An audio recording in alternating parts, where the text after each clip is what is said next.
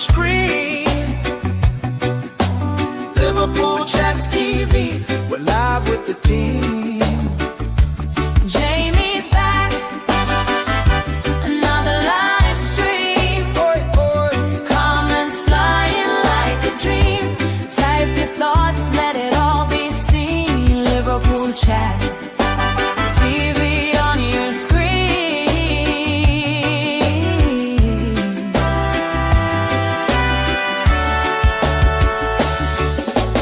First call in, says we're winning by 5. Second one fuming about the ref last night. Mods in the chat, keeping everything clean. You drop your take, it's part of the scene. Jamie's back, another live stream. Comments flying like a dream. Type your thoughts, let it all be seen. Liverpool Chat TV on your screen.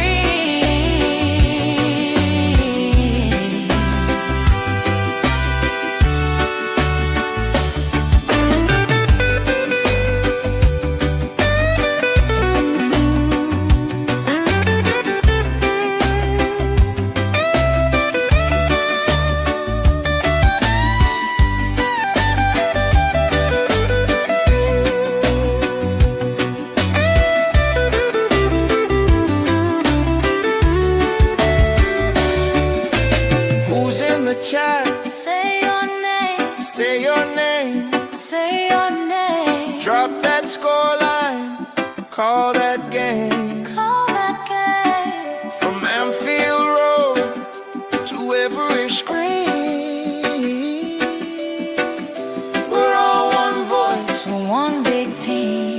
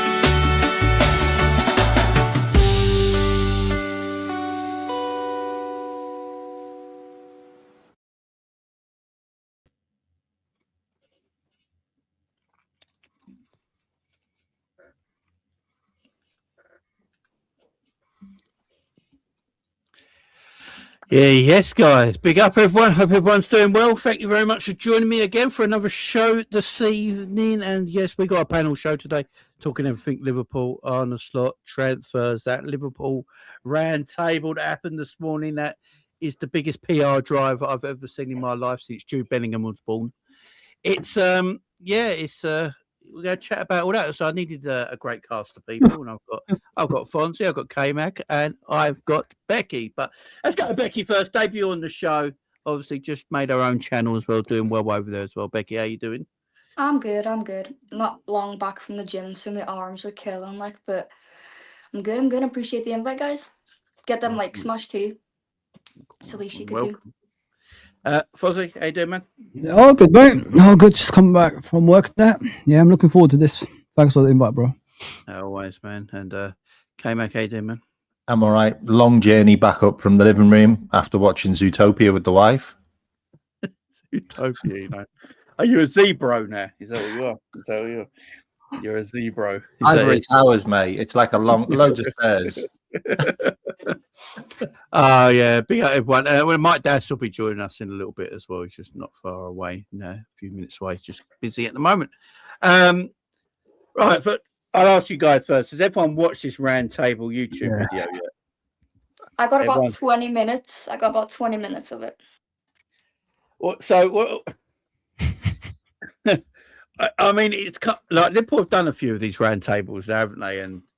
But this is the first time you've had manager, sporting director, and the CEO of the company, of the club, sorry, all in this roundtable discussion when our season is shit, Fozzie. I can't So believe it. is this just great PR, or are they giving the fans what they want? Come on, guys. That's blatant PR stunt. You know what I mean? We've come off a transfer window. We didn't sign anybody, especially when we need depth in the squad and we need something that's going to, at least get us back into the Champions League spots, considering Chelsea and Man United are, on form as well. When you're holding hands with your, obviously, with Richard Hughes and Billy Hogan, it just shows, it's blatant a PR stunt. They're trying to tell us they're together and all that stuff. To back the team, from what I've seen of it, they were discussing a lot of things that just went to the direction of back Arne's slot, if you know what I mean, guys. And everything will be all right. It's just a blip this season. It's like a transition instead of like a failure. You know what I mean? They're trying to cover up what the tragedy of this season that we had, from champions to a team that's in sixth position, somewhere around there. Nah, man, I didn't believe a word they were saying, guys. It's just something that's distraction from the issues that we have, and it is what it is. If we listen, the worst thing that could happen to them right now is not making that Champions League spot, because I think even the loyal Liverpool fan base are going to probably turn on them as well. No, definitely. Becky, you said a little bit of it. What did you think of it? It's just all talk, Jamie. Just trying to put some cotton wool over our eyes. I think it might be for some content creators to make content that doesn't regard us not getting Mark Gahey. Because I just think it's all talk. As Fonzie said, they're just trying to distract us from this mediocre, the worst title defense I've seen since I've been properly watching football. Like, it's terrible. So yeah, trying to distract us. Didn't work.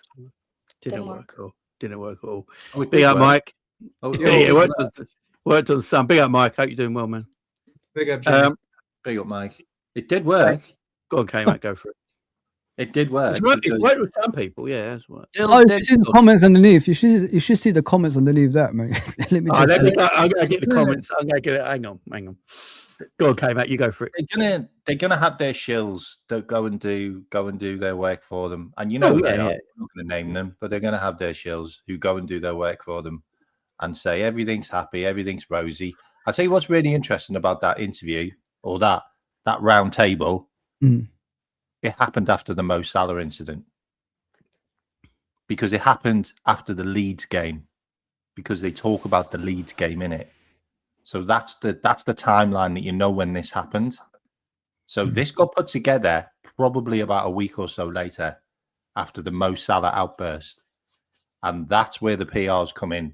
And they've had this planned for whenever they needed it. When should we roll this one out? We're not signing anyone.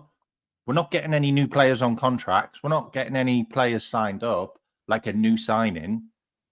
I know they've got Jacquet. Jacquet's a cracking player, by the way, but that's way, way down the line, probably with another manager, if you ask me. But they rolled this out the day after the transfer window shut. That's all you need to know. You couldn't make it up, could you? You couldn't make it up, mate. They are the best in the business. In the business. I think I think this is probably 3 weeks before it came out, because they did mention the Arsenal game, didn't they? They did, yeah. It must be.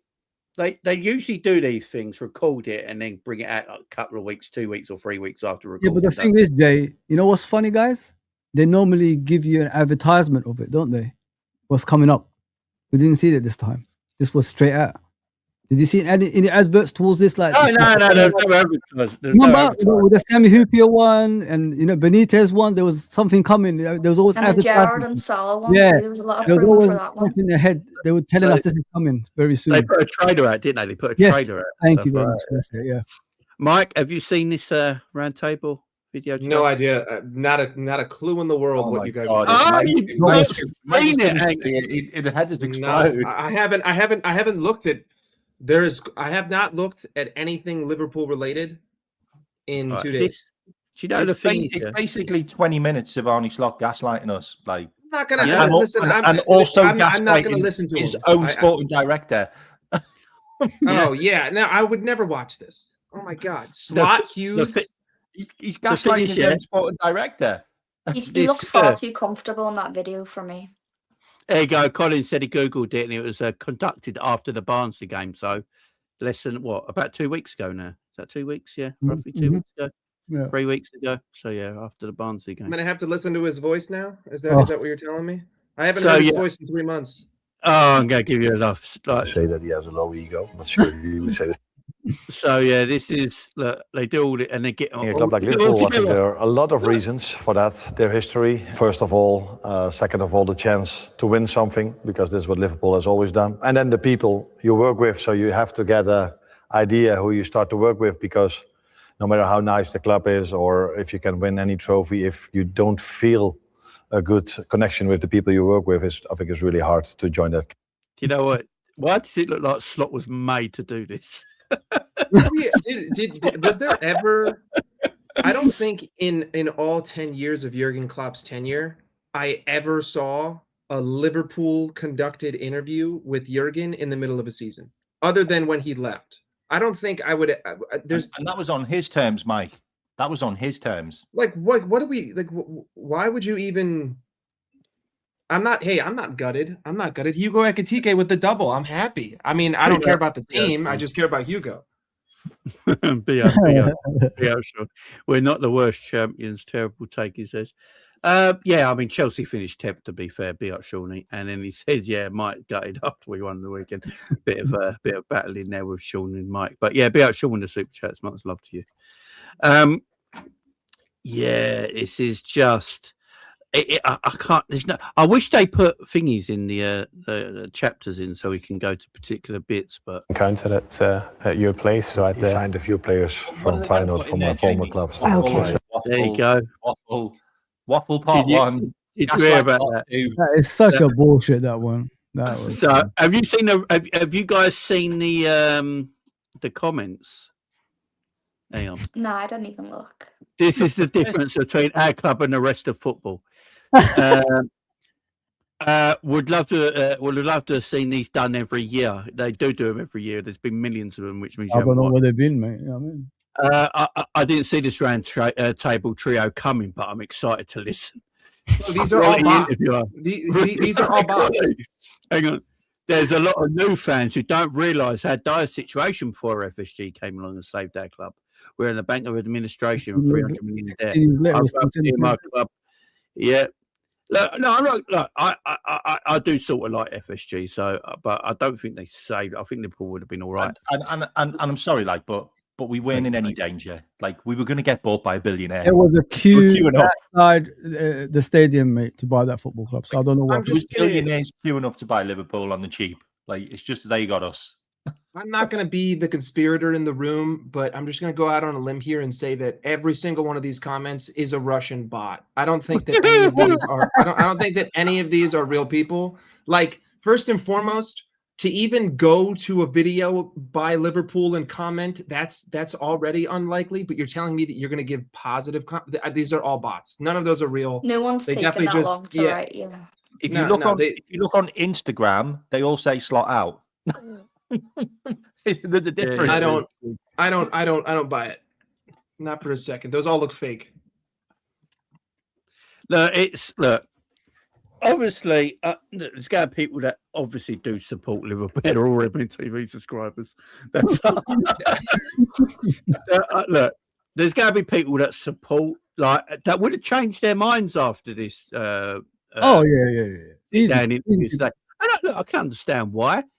All three of them do come across as, nice people and well spoken, and some fans would be like, "Oh, right, I got to hear from my manager, my CEO, and my sporting director."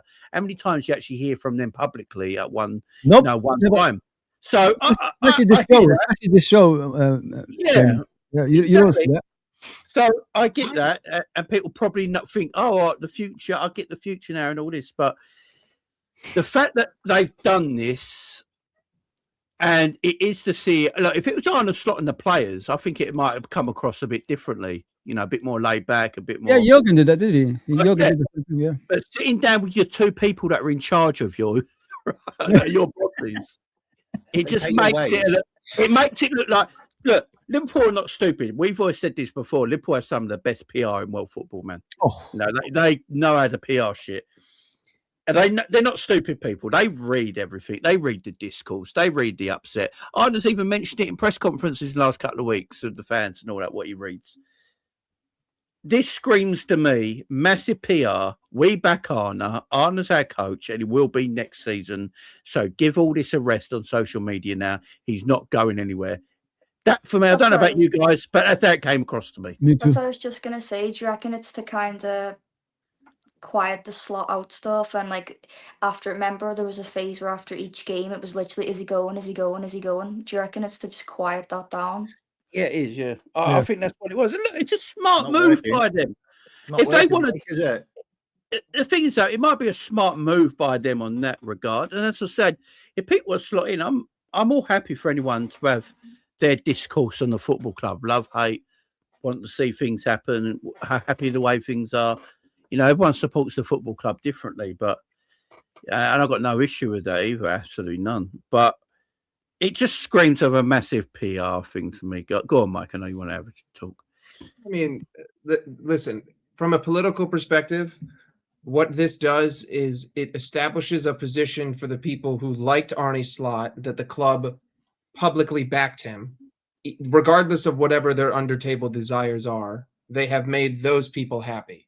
If Arne Slot messes up and gets sacked, well, I already made you happy by saying that I backed him, but now he has put me in a position where I must fire him. And the people who are Arne Slot out don't care about anything until he's out. So this, strategically speaking, from a political standpoint, covers all bases. Everyone, at least at the moment, is going to be managed. And when the time comes, I will have done everything that I could have to favor both parties. I mean, listen, at the end of the day, if you have a pre-K, a pre-kindergarten basis understanding of football, you know that this manager is an absolute moron. But I understand the idea of wanting to support the manager because you just care about the game. You don't care about the tactics. You don't care about anything. So it is what it is. You can't sack him after you win 4-1 against Newcastle. My suspicion is that we're going to beat Manchester City. Can't sack him after that. But, you know, if the club wants to back him and we finish in 6th, you know, I'll just sit here and I'll say, I told you so.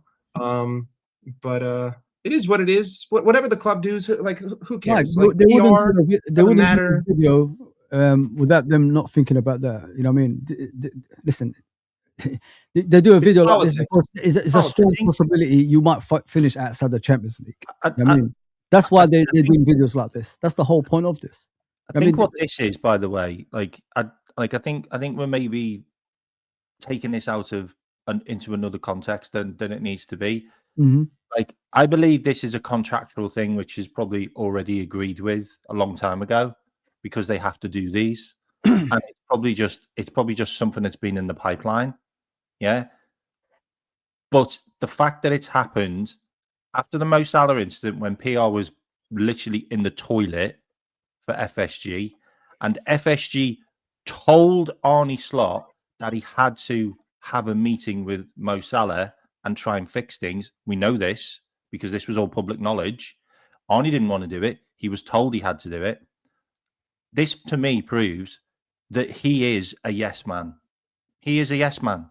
And he's going to sit there and he's going to do all that. And they're going to say, oh, yeah, we're going to back you, blah, blah, blah, blah, blah. You were talking to Cesc Fabregas in November. You were talking to Julian Nagelsmann in November. Like, you haven't given this guy a new contract because you told everyone you put it on hold. The guy demanded 2 signings in January. It's all over the media. It's been David Ornstein. Everyone's been talking about this. He demanded signings in January. He wasn't giving them. This was done a while ago. They stick it out. It's them covering their asses for when it all falls to shit and we don't get the Champions League. Whether we do or we don't, I don't know. But if we don't, then they can go, look, we backed you. We've said it all here. It's all on video. All the fans know that we backed you. We give you all the money in last summer to buy all these players. It hasn't worked. We're moving on. Big up, Alf. Big up nephew Alfie in the You're chat. not going to do us for unfair dismissal. Big up my nephew Alf in the chat. There he is. Big up. No, I agree. It was. I think after that video today, there's no way he's leaving this season. Summer might be a different story, but look, people go. I've already seen it on social media. People having a different view on the whole situation after that video. So, and again, if that's how people want to think and see it, I'm cool with it. I just find it so random that, you know, I'm listening to the three, you know, apart from the literal owner of our football club, the three most important people at our football club at the same time. Has any other club done that? Nope. Well, no other club has done what we did this season. So, but look, from that Manchester point, United getting like Fergie and stuff around it during the Fergie wouldn't allow it. Fergie wouldn't allow it. Well, no, Manchester United have self-respect. Manchester United, at least they have that. They have that modicum of self-respect. Yeah. Big out. Sean says it's a pure PR stunt after a shite transfer window. Yep. We didn't have a transfer window. Buying a player in the summer that doesn't count. That's a summer signing. Big out way. You just did it to get ahead of Chelsea. That's it. I don't know. Well, like, does anyone believe Richard Hughes when he said he was a big fan of Arne Slot even before he was linked with Liverpool? No. I also don't. I'm listen. I'm looking at this video. Like, it's got 135,000 views, but 5.5 thousand likes. That sounds to me like you're using TrueView to pump up your numbers because no one gives a shit about listening to Arne Slot talk. Like, I do this for a living. I'm supposed to find what is real and what is fake on social media. If this was a music video, I would say they paid for views. There's no video on the planet that has 130,000 views and 5,000 likes. That doesn't make any sense. No, and 1,000 comments. You have 1/5 of your likes or comments. What are we doing? What are we doing? Have they switched comments off and just added their own? I mean, listen, I was just reading through them. Like, you know, at the end of the day, it doesn't matter what other people think. Like, if you want to back the guy, I don't care. I don't care. Like, you're not going to change my mind. You're not going to tell me that we play good football, and you're not going to tell me that I should trust this manager. But at the end of the day, like, I don't want to hear from Richard Hughes or Michael Edwards. You guys, he lost 9 games out of 12. We were out of the title race in October after spending 500 million pounds. You want me to trust you with anything? I don't trust you as far as I could throw you, and I can't throw a 200-pound man very far. So that's simple. Like, it is what it is. It's PR. It's garbage. Thank God I only had to listen to 10 seconds of his voice. I never want to hear it again. I will only read quotes from him. But James the sooner play more for you now. No, it's 35. The thing is, it's got no timestamps. It's 35 minutes long, and I don't want to be like, oh, it's just I can't. I look. Did I watch it and jot down notes? No. Here, hold on. I'm gonna comment something nasty, and I'm gonna see if they delete it. No, that's what someone in the chat just said. That they did that, and it got deleted. They deleted it, man. Here, I'm gonna type "fuck Arne Slot." Let's see if they keep it there. That's crazy. I'm a troll, bro. I'm a troll. I have no problem getting on the internet and trolling you to your face. He has. Mike, where is it? I mean, I just typed it. You could sort by newest first. I've got newest first. It's not there. Well, then they must have deleted it instantly. Instantaneous deletion. Yeah. Look, wait, hold on. I just did newest first, right? And now I'm looking, and every single comment is negative. Slot Mike, out. your comment is not there, man. This confirms to us Slot is going nowhere. This feels like a pump me up, get behind Slot video. Is that what people have wrote? Yeah, it like Slot out. I'm going by. Someone's comment here is that this is 22 minutes ago. I'm sorry, but this is pretty pathetic. Completely shallow PR nonsense, packed full of softball questions. How about they answer some proper questions? Why was Exactly. the decision to sell Luis Diaz without a viable replacement? Why did you decide to sell so many of last season's title-winning squad? Why isn't Slot rotating the squad and balancing out minutes? Do you think this is contributing to a lack of energy levels? Why have you let Kanate run his contract down? Why young players like Rio and Trainee only given a chance? Why did you sell Elliot Kwanzaa and Norton and not give them more opportunities? Why did you spend 125 million on an injury-prone striker when we already had Ekatike and he was playing well? A pathetic puffball interview. That's that comment. Why didn't we buy Gahey whenever we spent 60 million on Actually, there's a lot of Slot out in here. I'm reading Slot out everywhere. Yeah. You got to do the news, man. It's Someone's like, this feels like the final season for Arnie. It feels. Oh, he's in his final days. He's in his final days. Turtle Clips, can you see my comment? Check, please, lol. I'll have a He's look. going to go back to the Eredivisie. He's going to go manage. He's going to go manage Ajax. Jamie, write something and check if they delete it. Well, yeah. On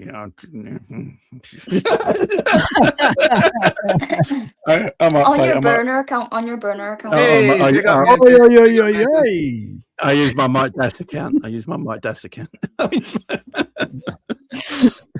You didn't spell my name right, Mantis, but big up. Did they mention anywhere? I only watched 20 minutes of it, guys. But did they mention anything about like Gahey and Jacquet or? No. It was about Arne Slot and using this season as a transitioning season and all that stuff. Making excuses basically.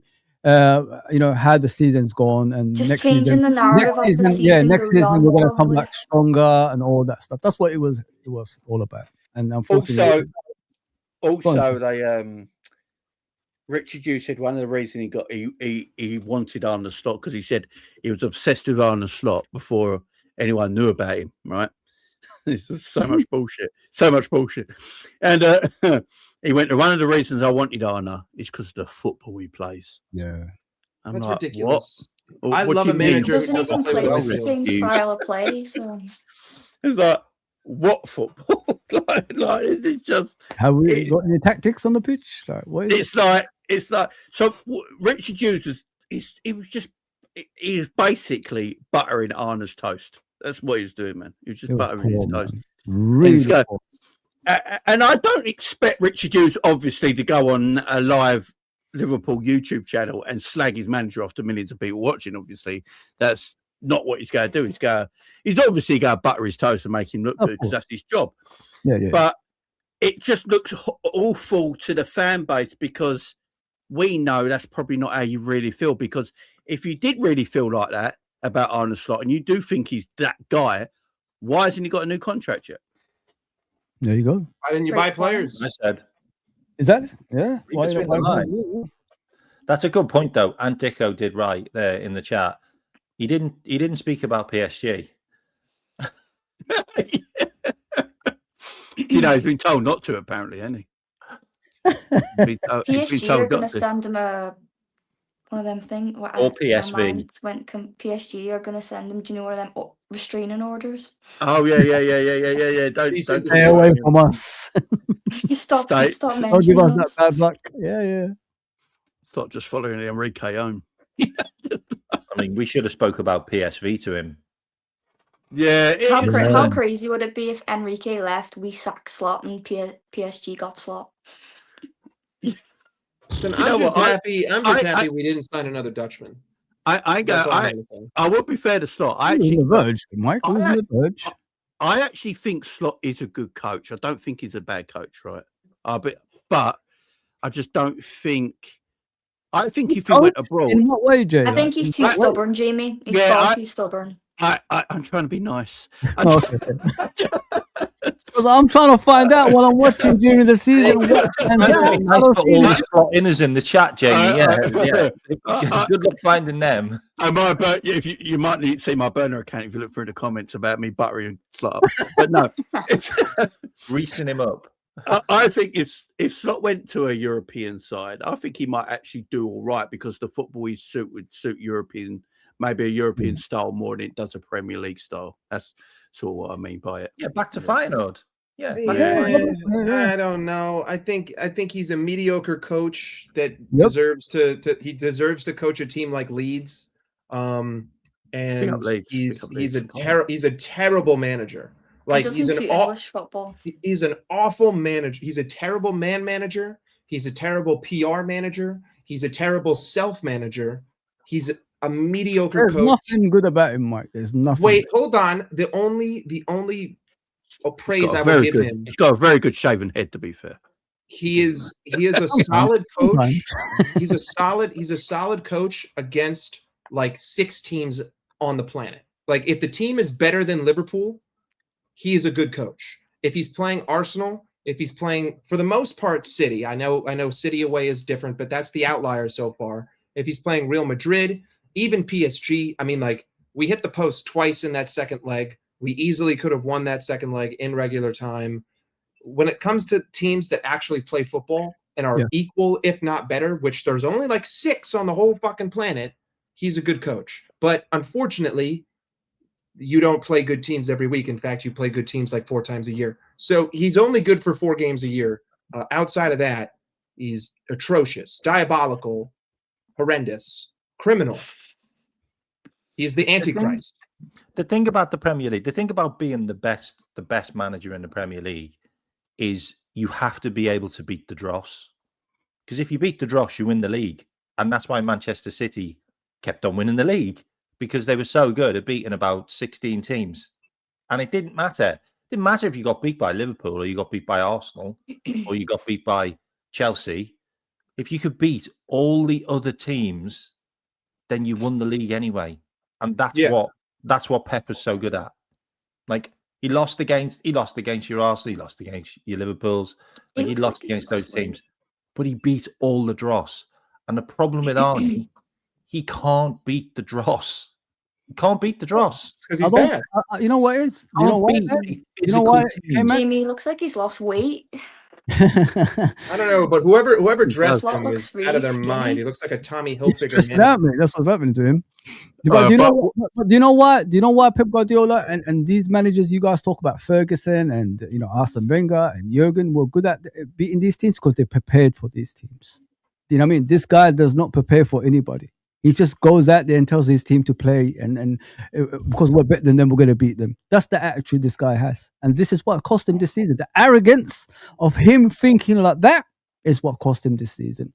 If you prepared in the beginning of the season, like reviewed last season, see the strengths and weaknesses in our football club, what we need to improve these players that we have, during the new season, and not only that.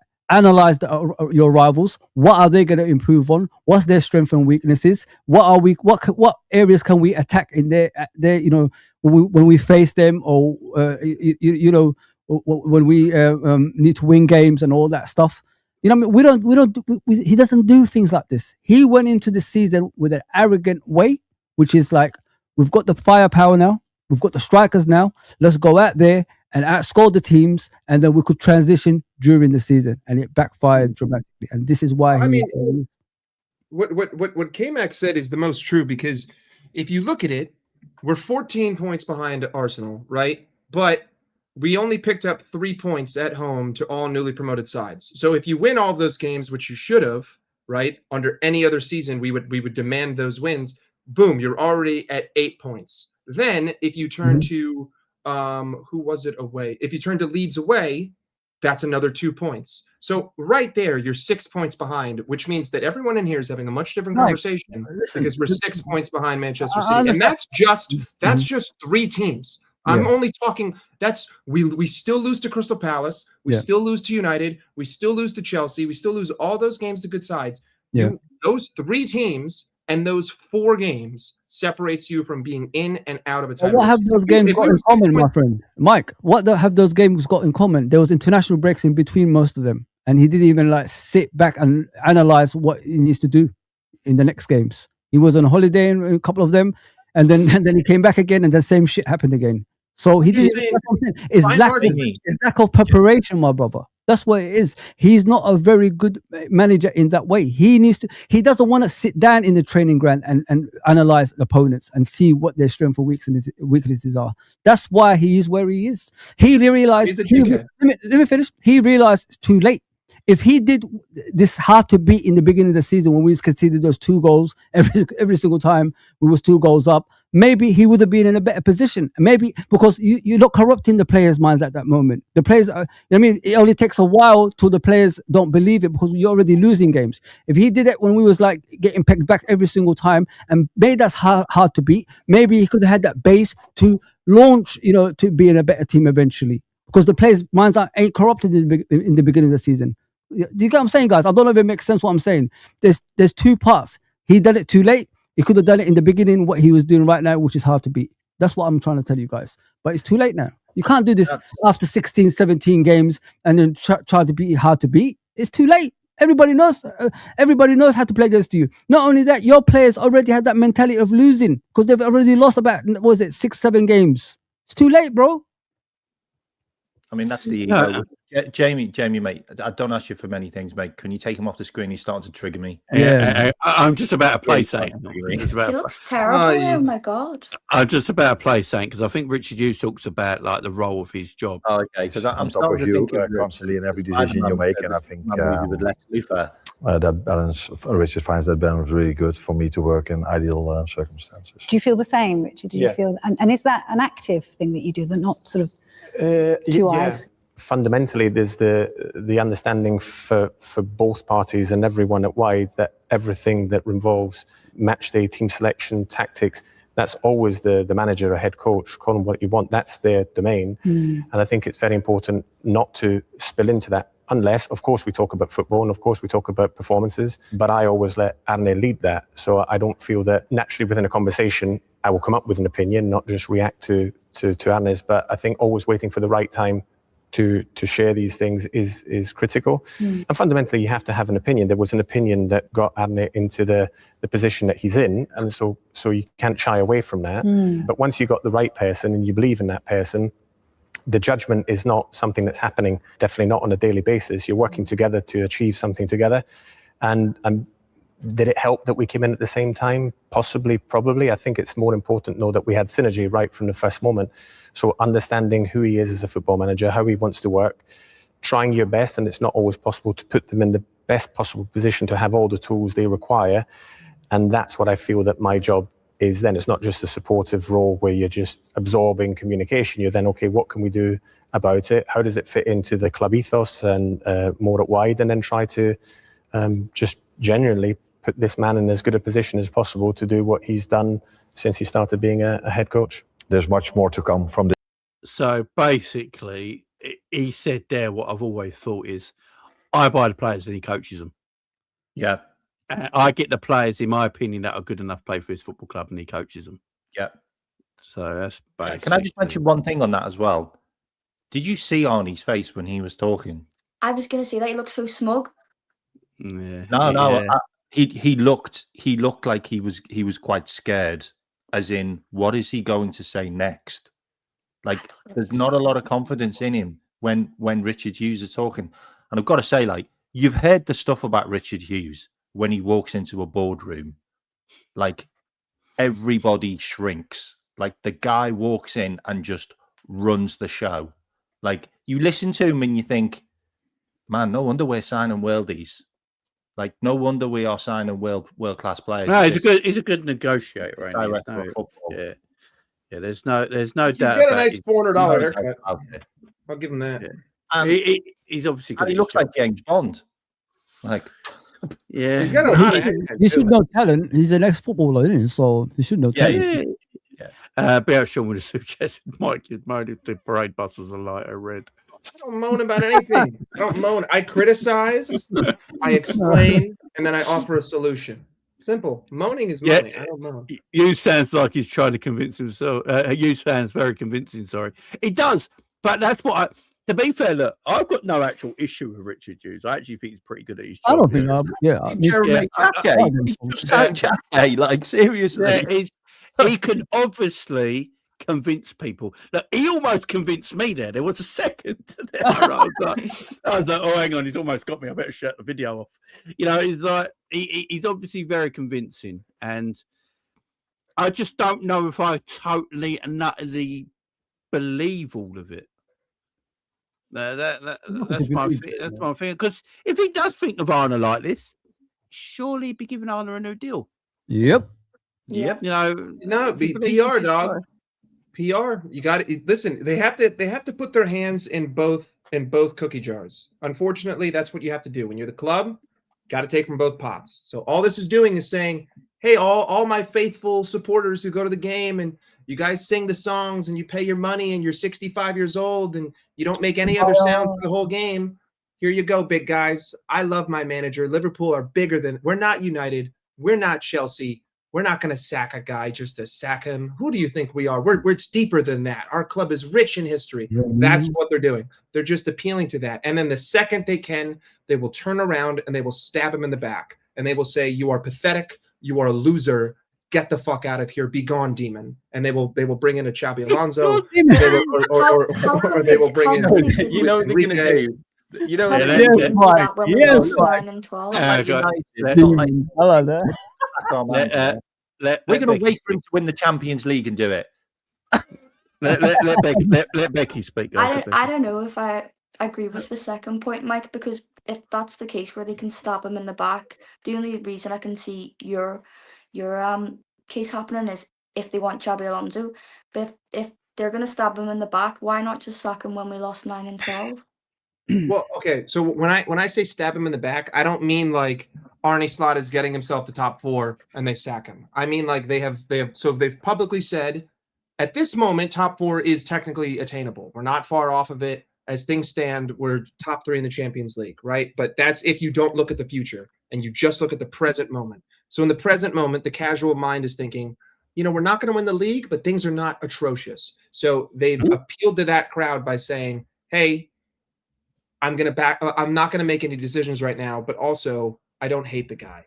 When I say stab him in the back, it's really more from the perspective of I'm firing him. Like that is, however you do it, regardless, it is like a metaphorical stab in the back. But I don't literally mean. Mike, did you watch the full video? I'm sure the way they were coming out in this video, I could be wrong. It looks like they're going to back him even if we don't get Champions League football. That's how I see it. That's how it comes across. Trust me, mate. You need to watch the video. But here's the thing. No matter what they did, this is what I would expect. Based on the way that we have acted so far from the beginning of the season to now, that only makes sense. By the way, that only makes sense. I mean, I'm not going to watch the video, but it would make sense that the club doesn't actually want to act on backing him, but will say that we're going to, like, this is politics 101. Do nothing, say everything. I'm going to commit 0 actions, but I'm going to throw you the biggest bowl of word salad so that I convince you that you think I support him, right? That's it. They've done no action. Jacquet doesn't come until the summer, so technically that's a future signing. We don't know who the manager is going to be. Every player that we signed over the summer, they're all here for the foreseeable future, regardless of who the manager is. It's just this is like a microcosm of politics. That's all this is. This is like someone going up on stage at a debate and he's saying a bunch of words, and then 4 years later you look back at what he did. He didn't do jack shit. Like that's all this is. And this puts him in a position where I don't have to do anything, but I have quelled the noise by doing nothing, just saying words. Mike, I also think as well that this has stopped the Liverpool fans who demanded signings from burning down Anfield, because it was getting crazy that we hadn't signed a centre back, we hadn't signed a right back. We've got all of these problems. We're only one defender away from Endo at the back. We still are though. All of that stuff that's continuing, by the way. But this PR piece has just made everyone go, oh, but not us, because we make content. There's no action no action has been taken. None. Nothing's happened apart from this that was pre-recorded before any of this. And Jeremy Jacquet, Jeremy Jacquet is basically a pre-recorded video. That doesn't like signing him for the summer in January means nothing. I do not care. When I saw that tweet from Fabrizio Romano, I was like, who the fuck is Jeremy Jacquet? And I don't give a shit. Like, this doesn't serve me. This doesn't matter. I'm still in the same position that I'm going to be today, tomorrow. Like, I don't care if a guy comes in June. I mean, listen, great player, great center back, 20 years old. He's not Dutch. He's French. Big up to the French. But it doesn't serve me. It does me nothing. I'm still going to have to look at. I don't have a right back against Manchester City this weekend. I got to watch Soposlai play right back again. That's going to be lovely. Can't wait for that. I don't know when Frimpong's coming back. How long is Joe Gomez out for? I think Gomez is back now. He's back again. Yeah, to be fair, Soposlai might be our best right back. To be fair, Yeah. big out Edwin Suit as well. Says true backing into contract extension. Yeah, of course it is, man. Soposlai does play well at right back. To be fair, and so Man City got that same issue. They've been playing a midfielder right back all season now, ain't they? So they've not really dipped into the market, and they're like the richest club who can do it. So. Like today, Pep Guardiola moaning about that he didn't have enough money to spend. Have you heard that? It's hilarious. What? Yeah. The hell? No, I don't know. Right, that's that. Look, finished, for me, obviously, I do like hearing from Richard Hughes and Billy. Jamie, that's probably because they spent 150 million on Guehi's contracts. Yeah, exactly. It's a lot of money, man. Look, I like really hearing from Richard Hughes and Billy Hogan occasionally, to be fair, because I actually like it when a fan base gets to hear from the people that run our football club.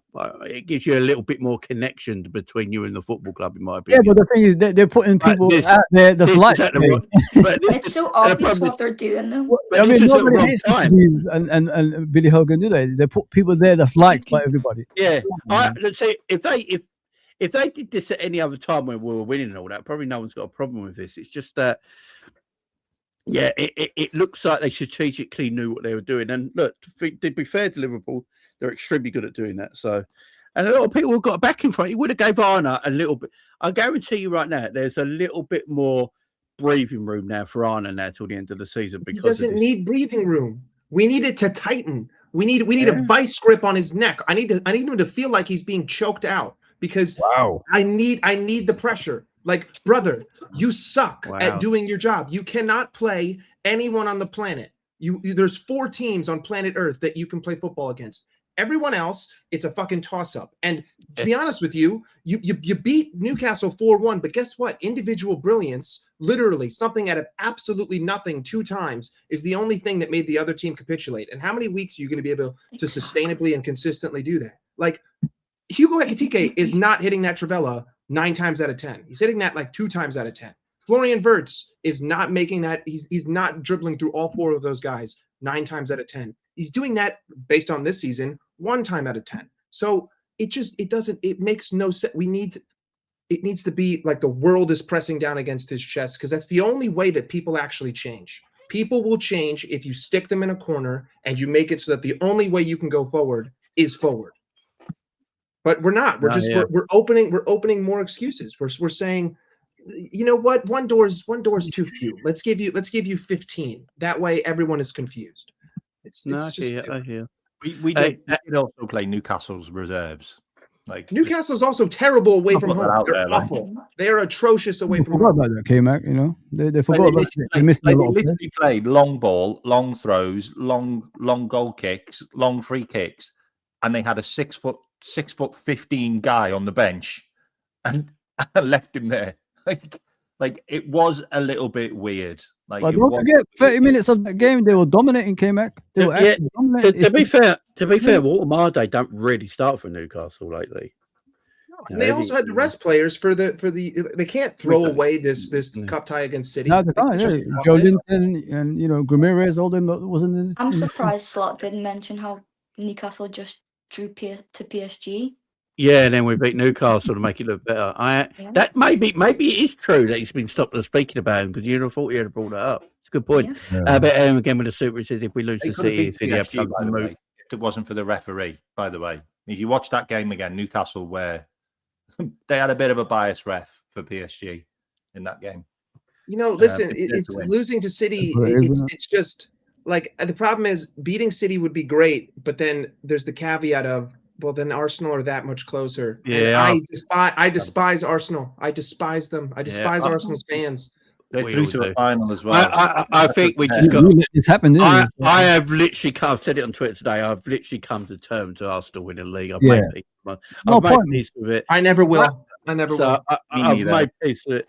Because I want to be. I want to keep us winning as many games as we can, liking the manager or not. To be fair, I just want us to win games of football because I do think like Liverpool can do very well in the Champions League, and you need to keep momentum going. Well, we haven't got the depth, mate. So, Jamie, we haven't got the depth, mate. We're one injury away from a disaster at the moment. I don't One. think I don't think anyone's got the depth but Arsenal. Not even City's got depth. Look at the bench the other day against Tottenham, and I mean, The only good thing, well, it's not a good thing, but the only thing that I can take from, like, if Arsenal do win the league, we don't have to give them a guard of honour. Oh yeah, Yeah. That's they a did good it point, for us, Jamie. didn't it? I'm sure they did it for us, didn't they? So, Yeah, they did. twice. Twice. Yeah, but we're classy. Arsenal only have to leave London twice too in the league, so Yeah, it's it's another crazy, level. isn't it? Start. It's crazy. I'm not giving them a guard of honour if we beat them in the Champions League. If they win the league, nah. Well, they wouldn't do a guard of honor in the Champions League. If No, they- I'm joking, mate. They'd I'm expect one, Mike. They'd expect one. joking. No, different competition, dog. Oh, football's turned around. The fans would expect one, though, definitely. City have 8 centre backs and all of them are shit. Yeah. That's the issue, and they can see goal like they don't concede a lot of goals, City, but they concede a lot of chances. Donnarumma saves them a lot, Jamie. They're Yeah, missing Carl he does. Walker, aren't they? They're missing Carl Walker's pace, aren't they, man? Since he hasn't they been are- there, he hasn't been the same. They have massive midfield problems as well. They don't have a They're consistent. leaving Roger sustained- isolated. Yeah. Exactly. Rodri's not Rodri They have no their own more. issues. City, Rodri's City, not City and anymore. Liverpool have been quite similar this season. Yeah, In a way. who's that City? Pep Linders, isn't it? That's why. Yeah, and if you look at when City's goals have dried up as soon as Haaland dried up. Yeah. You know, when he's getting their goals, he was Jay, a check like, for when you're 2-0 up, you should be seeing the game out though against Tottenham. Yeah. That's what I'm Yeah. saying. It's just they're not at it, are they? They're not at it. So No. for depth reasons, you'd say Arsenal got it. They've probably got the most depth in Europe right now. So Yeah. that's why I think I look at Europe and I feel like Liverpool could. You gotta give Arsenal credit, innit, guys? You gotta. I'm from London, guys. Yeah, I have to face this shit. Some of my family. Oh members, yeah. You know what I mean? It's But horrible. listen, they got a certain way of playing, and it's boring to watch, but at least they're effective. They're Winning effective. games of football, Yeah, innit? They're Winning gonna games. bottle it. Don't worry. They will. I'm figure out a wishing they way. would, Mike. I'm I wishing, don't bro. think so, Mike.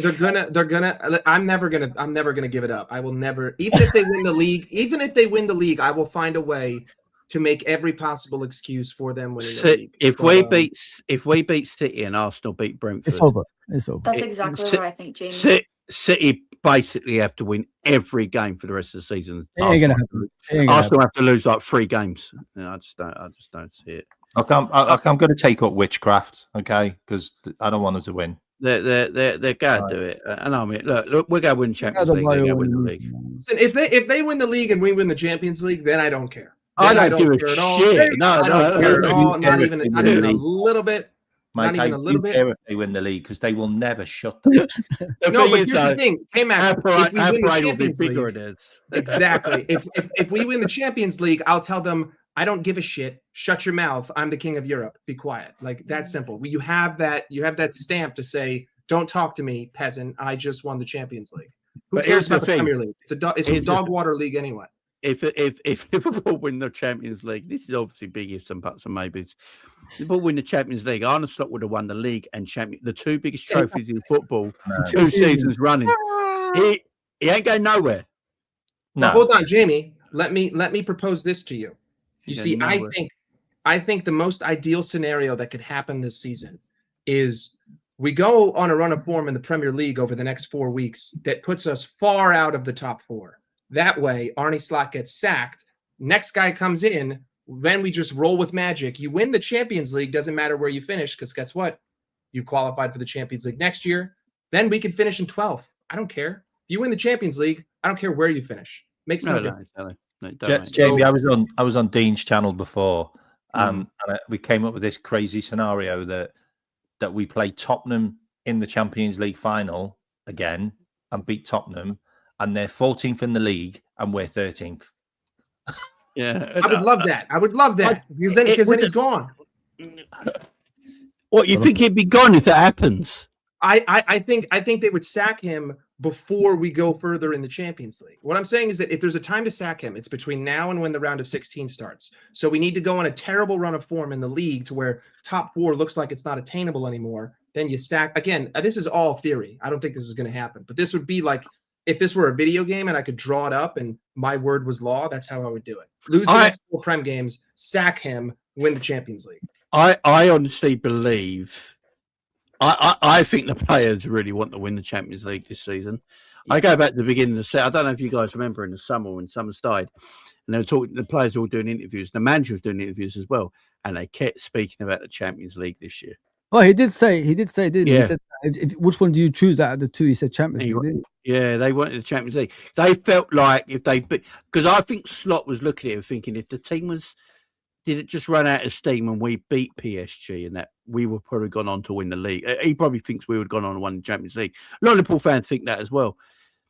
So he probably wants it. Look, I've seen the thing with Liverpool is I always say never because we end up doing these weird things sometimes. We won the Champions League with worse a team that we have right now. Exactly. I mean, look, 05, man. We should never have won that league. You know what I mean? So is that AC Milan team? Hell no. You know the thing is, as well, is like we talk about like Liverpool just being more set up for the Champions League because I think we are. Like, I think we do play football, which is it's not set up.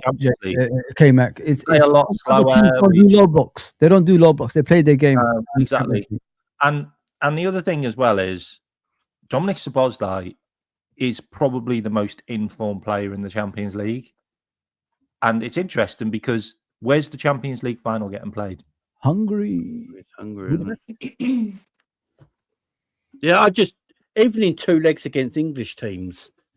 I still fancy us going through. It doesn't matter who it is, Jay. It doesn't matter. Yeah, that would be a lovely send-off for Salah and Robertson too to win that. Yeah, exactly.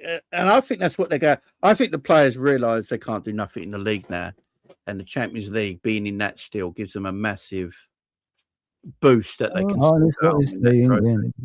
The crazy thing is, though, I did do this, and I don't know why, because I torture myself when I do things like this.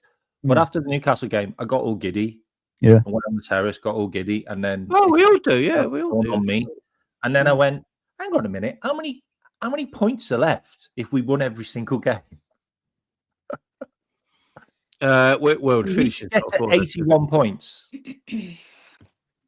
Yeah, I mean, we won every game, and then I thought, will that win us the league? Will it? Fuck? Nope. No chance. No chance. Get a second, probably. And we took 4 points off our Arsenal, K-Mac. Yeah, I know. Sad, man. Right, let's go on to other things that are not so sad. 9 points in the 90th minute. Let's catch up about Jeremy Jacquet, who's now a Liverpool player, back on loan to obviously Rennes till the summer. So a few weeks ago, I think Fabrizio said, he was one of the first ones who said it, I believe. He said that Chelsea are after him, but so are Liverpool. And I was like, oh, all right. Usually when it comes to a battle for a signature, we usually pull out and let the other team get him, sort of thing. We don't usually, big pulse. We don't usually go in for transfer battles, do we, with other teams? We don't usually like doing that kind of thing. Yeah. And then, obviously, we'll get to the Couture and all that stuff in a bit, but when I think it came out 3 days ago now, 2 days ago, whatever it was, and they basically said, yeah, Liverpool have taken a step now in front of Chelsea for his signing. And they pretty much did it. So I don't know too much about him because I've never watched him play because I'm not watching. If I'm watching French football, I don't know if I'm watching Rennes. So I haven't really seen much of him. I've read a lot of things about him. I've read what a lot of French journalists and French pundits say about him. They think he's going to be like this elite level centre back. I think Fabrizio put on the end of his tweet the other day when Liverpool got him, he said, like, Liverpool have got this, there was a good one, trust me, sort of thing. So, Fozzie, do you know much about him? What do you think of him? Is he any good? I don't know. I've never watched him. But... There's a lot of talk about I'm not as much as you, but from what I've seen of him, they say he's similar to Konate. He's got good passing range, though. Apparently. Yeah, he's got a better passing range. He's pacey and he's 6'2", so he's very, very tall. I think he's still growing in he as a player as well. Is he? I don't know, guys. Is he the long-term replacement for Konate? I don't know. Would I have him as the long-term replacement for Konate? No, I need someone experienced at the same time. You know what I mean? That's at the right age. Because if you put in too many youngsters at the back, there's going to be a lot of mistakes still happening. So we've got to nurture these players, instead of like pushing them out there straight away. So I like what I see. You know what I mean? Beating Chelsea to players, it's good. But think about it this way. We've got French connections at Liverpool Football Club at the moment with Ekitike and Konate. They probably spoke to him and told him about Liverpool Football Club. And then you look at the players at Chelsea. They're always up for Chelsea. What's their development as players? They get loaned out. If they're not successful in the first season or whatever it is, and then they get lost, and all of a sudden they're back in France or somewhere else. So with Liverpool, at least he's got somewhere like he can look forward to be a regular player and having a legacy there. It's not always about the money, guys. It's about some people care about football, and there's no better place than Liverpool for a young player to become one of the best defenders in the world. So he's at the right place, man. He's at the right place in my opinion. He'll have at least one season to learn and under Virgil. Exactly, and he's got people around him that will actually help him out. Becky, you're right, 100%. That's what you need sometimes in football, because Chelsea, it's not. What is Chelsea going to give you as a footballer? Nothing. They've got no one, Fonzie. They've got no one to look up to, or to style their game off, watch them in train and see what they're doing. They've got no one. So yeah, I think it was a great decision. Becky, what? Big up, Fonzie. Becky, what do you does this mean Konate's leaving? Because I think Carragher said it earlier. He thinks because they're such a kind of similar profile. Does this mean Ibu's leaving? Because apparently Liverpool came to this decision about 6-8 weeks ago. Apparently that they're definitely going to go for him and been speaking to him. And obviously Konate's not signed his new contract. So do you think this is just they think Konate's leaving and this is Konate's replacement? Yeah, I think it's going to be Konate goes, Jacquet comes in. I don't think he's going to take up the role of being a starter like Konate was, but that's where I think we need to go into the market, get someone who can become the starter for Jacquet to be able to ease himself in. But yeah, I think Konate's gone. I'm not sure though to where, because the Real Madrid rumours did kind of go quiet, although I think that was because Xabi Alonso didn't want him. So since he's gone, that could be back on. Yeah, it's a good shout. It's a good shout. Like you make a good point. I don't think he'd be a guaranteed starter. I think Liverpool is still going to buy another centre back. Because if Konate's going to leave, Virgil's got a year left. I think if Liverpool, I don't know, look down like Schlotterbeck's wasn't there something out there today actually, Jamie? Like Konate and Liverpool are speaking again or something? So Indy said last Friday they were talking or something. Yeah. So look, Liverpool going to be talking to him all the time, till they can figure it out. Well, it doesn't look like Real Madrid are coming in anytime soon. No, if Konate signs a new deal, then we're not buying another centre back because you'll have Virgil Konate, Leone, and Gerald and Jebri Jacquet. Yeah, and then you've probably got an academy as your fifth player. So I doubt we'd buy another centre back, and that'd be the centre back partner, the four centre backs.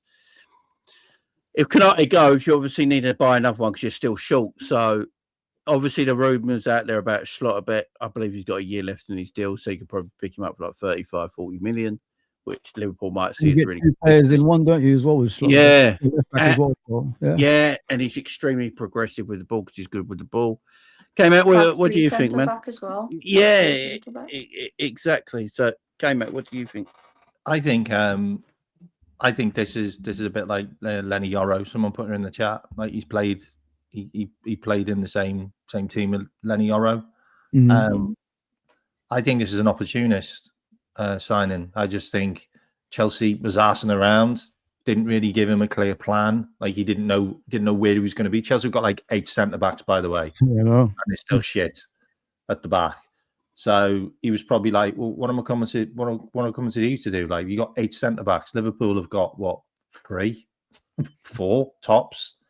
So he's got a clear path. And look, if Konate stays, and it's a big if, because we still haven't got the contract sorted, but understanding what he's been through over the last year kind of makes me think that might be the reason why he's been all over the place, because of his family and also because of his best friend. Like, he's lost his best friend and his dad in the space of a year and a half. Maybe that's the reason why Konate's just not been there. Like, A bit rush. some places. So now he can kind of put that behind him. Maybe he signs a new contract. Then Jacquet and Leone are basically our centre backs for the next 10 years, and they're the guys that replace Virgil and Konate. And that just makes. Would you guys pay him the 200k a week? K-Mac, would you pay him the 200k a week that he's asking for? Konate. Yeah.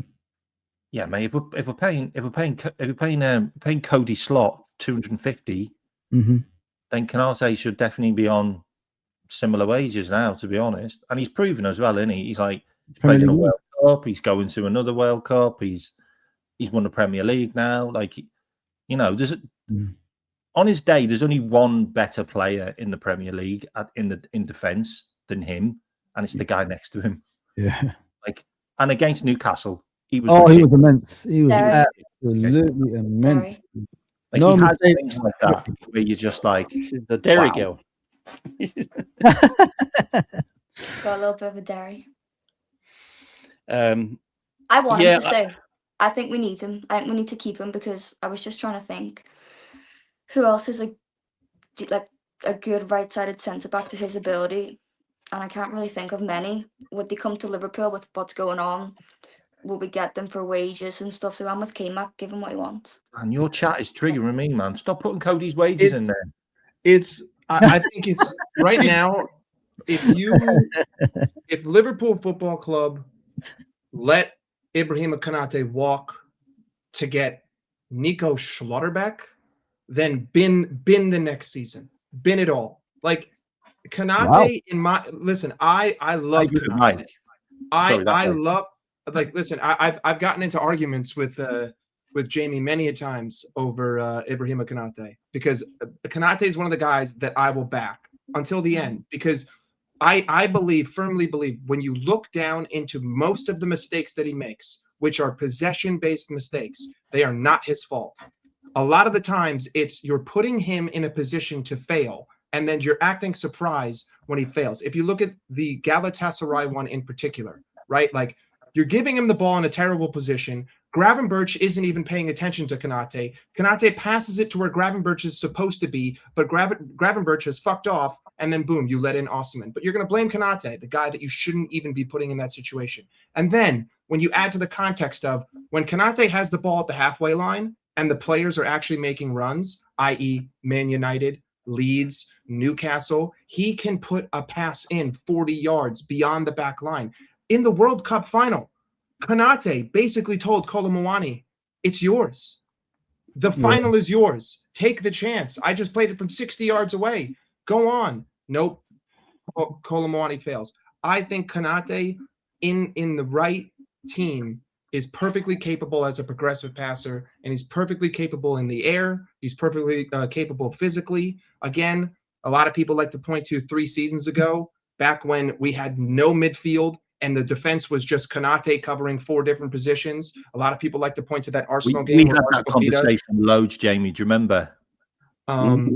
So, like, listen, I think Konate is a very good center back, but the problem is that he is the one who's left out to dry, because no one can blame, you know, the second son of the Lord, Virgil van Dijk. Van Dijk cannot be blamed for anything. He is the Lord. He is the Lord. He is the champion. He's the Premier League defender of all time. He's the greatest Premier League defender of all time. So he cannot be blamed, right? And then when Trent was here, he's our golden boy. Don't talk about his defense. He got me 18 assists in a season. How dare you? So Konate is always the guy who gets disrespected, gets spit upon by our fan base, and he's talking lowly about me, even though his ability when he is on it and when the team is supporting him is exceptional. And I listen, if there were other center backs available, like if it were Mark Gahey, I'd say, you know what, maybe, because I could see it potentially, but Bastoni, Schlotterbeck, like you Whoa, expect whoa, me to- whoa. You don't rate Slotterbeck. It's it's not Oh, okay go on. to me. You can't play on. I You don't- can't play on the right, Schlotterbeck. Sorry, That's what I was it's- just going to say, it- K-Mac. can't play on the right. It's also just like I don't rate Dortmund players. End of full stop. But outside of that, I don't see how that would be such a drastic improvement on Ibrahima Konate to let him walk. Like I don't think that the Exactly. improvement is worth what I could potentially lose. What happens Pay if the money, Slotterbeck- man. It's not worth the risk. No. This isn't like I think Jeremy is a great signing. Kid's 20 years old. Like he's good. He's got pace. He's got a good body type. Great, right? Future. Konate, he's French. He's here. Boom. Virgil, he's here. Leone, I only saw him for a game. I liked what I saw. Doesn't matter if it was against Stoke City. I liked what I saw. I don't see it being worth it. I don't see With it. Virgil going too, we're going to need that centre back who has experience, especially if we are going to play Leone or Jacquet. So that's another Wrong, reason. Vicky. Like we can't let Virgil go not after this season, but the next, and then let Konate go this season. So do you know what I mean? We've got no one then. No, look, listen. Basically, I don't think we need another centre back. I If don't we think keep, so. if we keep Virgil and Konate, because Konate's injuries are behind him. By the way, like he's not Yes, been injured sir. in 2 years now. Like He was and he's only not hurt had- last year through he's not had contact. injuries outside of football, like impacting. When you get taken out by Endrick on the knee, that's not Konate's fault. That's the little Brazilian shit's fault. For It's doing Virgil's fault. Virgil pushed him into Yeah, it was but Virgil as well, but yeah, we can't say that name, no, can we? Yeah. Hey, listen, I think if you're Liverpool, what The would name make is more coming up. sense is to buy an actual out and out defensive midfielder. It makes more sense to sign Konate, buy a defensive midfielder, an actual DM, than to try to replace my whole center back partnership. I don't really. I think that's. I think it's a little bit naive, and like also a proper DM would cover a lot of the issues that the center backs are having. Like defense starts in midfield, not at the back line. I don't need another ball playing center back to be another 10. I don't need my We haven't two. had a I don't need proper Virgil DM and in Konate years, being Mike. 10s. We Yeah, haven't had since a proper Fabinho. DM in years. Since Fabinho. I'm not gonna lie, like, but why would Schlotterbeck or Bastoni come to Liverpool and be backup? Like they're first team players in any club. Yeah, they no. That's only Konate if would have to Konate go. leaves, I think. Konate That's would have to only- leave. Really not And many Virgil's clubs going to know. probably leave the season after, so It would we be for still got to Virgil. wait. Yeah, I think Slotterbeck's the perfect signing. I like absolutely- him. I like I him. think Is it to I think replace it's- Virgil, Jamie, eventually? Yeah. Be Virgil's replacement because Schlotterbeck's ball playing ability and progressive with the ball is extremely good. Right, he's extremely good, and him playing alongside, whoever's going to play on that other side of him, because obviously he plays most of his stuff on the left hand side, so he'd be Virgil's replacement long term. And he could move to the left back as well if we need that. You know what I mean? Yeah, and with That him, means Virgil's not there then. So again, No, Kevin? I mean, no, he Virgil's not can there. he This can isn't how play. Liverpool are going to do things. He can. No, look, so Paul Joyce said. I'm Paul going to Joyce, sell Virgil and then throw someone in. yeah, that's why having a Liverpool player player. to shadow him and to be his replacement long term, which is why we've signed Jacquet. 100% why we've signed Jacquet. Yeah, Jacquet's a first team star. That's why we bought him. Like, You buy a Schlotterbeck or you buy a Bastoni, then Virgil's gone. Like he's gone. no, because Schlotterbeck can play. Schlotterbeck can play fullback as well. Them at the Yeah, back. fullback. Because Schlotterbeck can play left back as well. Yeah, you can. But What everyone's got to remember. What everyone's got to remember as well. Mhm. Robbo will probably leave in the summer, which means we only have one left. We only have one left back. Exactly. So that's why a Schlotterbeck for a year will work. He can play a back three as well. He can play the back three. You can give Virgil rest as well. Virgil never gets any rest, and he will be 35 next year. So that's another thing. This year. Yeah, so you have to give him rest as well. So, and then you get your defender. I go with what Paul Joyce said. Paul Joyce said after we bought Thingy, he's the start of a defensive reconstruction this summer. There you go. That's Paul Joyce's words. He's the start of Jacquet's the start of a defensive reconstruction this summer. Back three then. Like you can play back three, you can play Schlotterbeck left back for a year. You can do a lot of different things. Fonzie? Are you dreaming? You can do different things. You can Can't do back three anymore. Virgil can get some rest time. Virgil man. never like how many people keep saying like Virgil shouldn't be playing this amount of games now. So if you've got a slot bet coming in, And the World Cup after that as well. Yeah, Yeah. so I would have took him off against Marseille at like 4-0. I would have just took him off in case anything happened. It would be. I'm not being funny. I wouldn't have played Virgil against Barnsley. Yeah. Like, K-Mac, what if he got injured? What would Slot have said if he got injured? Like, let's think of something he would have said. He would have said something like, "It happens." Something generic, just from ChatGPT. Blame it on the wind. Blame it on the wind. There is a few other obviously players that we should talk about for this centre back role, because I don't think we will buy another defender in the summer. I don't think that's it. We definitely need the centre backs in it, Jay. So. Do Liverpool go back in for Gertruda in the summer? Because Can be right back. If you're getting rid of Gomez, yeah. Yeah, because that's a great shout. Similar, right? A great shout. Yeah, because he's very versatile. He can play DM as well, which we know he can play in the midfield as well. So. Yeah. Again, I look at it as well. The fact that we're willing to let Robbo go means he'll probably leave in the summer, right? We're willing to let him go this January. He'll probably go in the summer. We have no left back cover of any quality apart from Owen Beck, who the club don't really rate because they keep loaning him, and Chambers, who probably won't be ready next season, so they go loan him again probably. So Liverpool need someone who can play in that left back role. Gertruda is not an out-and-out left back, but he can play there. He can also play right back, centre back, and is that someone Liverpool might look at? They might forget about Schlotterbeck. They might go back in for someone like Gertruda because of the versatility he has. Like K-Mac says, lads, Virgil will play another year. Gertruda's your versatile defender that can come in, take the heat off people, play left back. Simicast ain't coming back to stay, guys. He ain't coming back. Get him off. He's Dutch though. I don't want. Simicast. So, and Gertruda, to be fair to Gertruda, he is a good player. And I was talking to a Sunderland fan yesterday about this as well. And they like him because he's really comfortable on the ball. He's good on the ball. He's a good player. So, is that something? I don't know. I'll go to Mike about it. Is that something Liverpool could look back into just because of the time in January they couldn't do the deal, and it's obviously someone they looked at and liked. Maybe.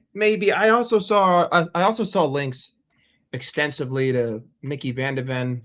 I know that Tottenham are in a very poor situation. But if you want to talk about injury-prone center backs, Mickey van de Ven's got to be. You want to go back to Daniel Agger kind of thing again, man? Yeah, I know. Listen. When the guy is healthy, there's no one who can get past him, just based on pace. But he's never healthy. I think Gertruda at the moment felt like when I first saw those rumors, it really felt like a panic. Yeah, I was like, there's 2 days left. This guy does he even start every week for Sunderland? No. And regardless of that, he's Dutch. And like, listen, I know that it's crazy, but like, I'm tired of Dutch players. I don't want this team turning into the Dutch national team. I don't want to sign every Dutch player available. And I think long term there's better fixes. I understand, Mike. I understand what you're saying. Like Ten Hag when he signed all them Ajax players, Mike. Mm-hmm. Yeah. It's just I understand what Mark is saying, but we got to look at it from a point of view of the team needed something like Gertruda. I mean, they need someone that play all across the defense, and you know what I mean. Because you look at us right now, we're down to the bones in defense, bro. We're playing Gravenberch as a centre back, Endo as a right back. You know what I mean? So and then as a right back again. Yeah. So we need something. Guehi, Gravenberch equals Guehi. Yeah. I mean, you also have to remember that, like, I can't sympathize with the club that didn't want to pay 10 extra million with 2 weeks to go. Like, you penny pinched over 10 million. If we had gone to Crystal Palace and instead of saying 38, we just slapped 48 on the table and we said, here's 2 off 50. 2 weeks before the window closes, they're not rejecting that. If you sweeten the pie with 10 million, and I spent I had spent half a billion. Don't penny pinch on 10, and you would have solved all of this. And now Mark Guehi's at City, and so that's completely unattainable. And Drank from the rival. And it's just Gertruda. It feels like a panic buy. Like, it wasn't even a buy. It was a loan. It was a loan. Yeah, but the rumor was it was going to be a loan to buy, wasn't it? Yeah.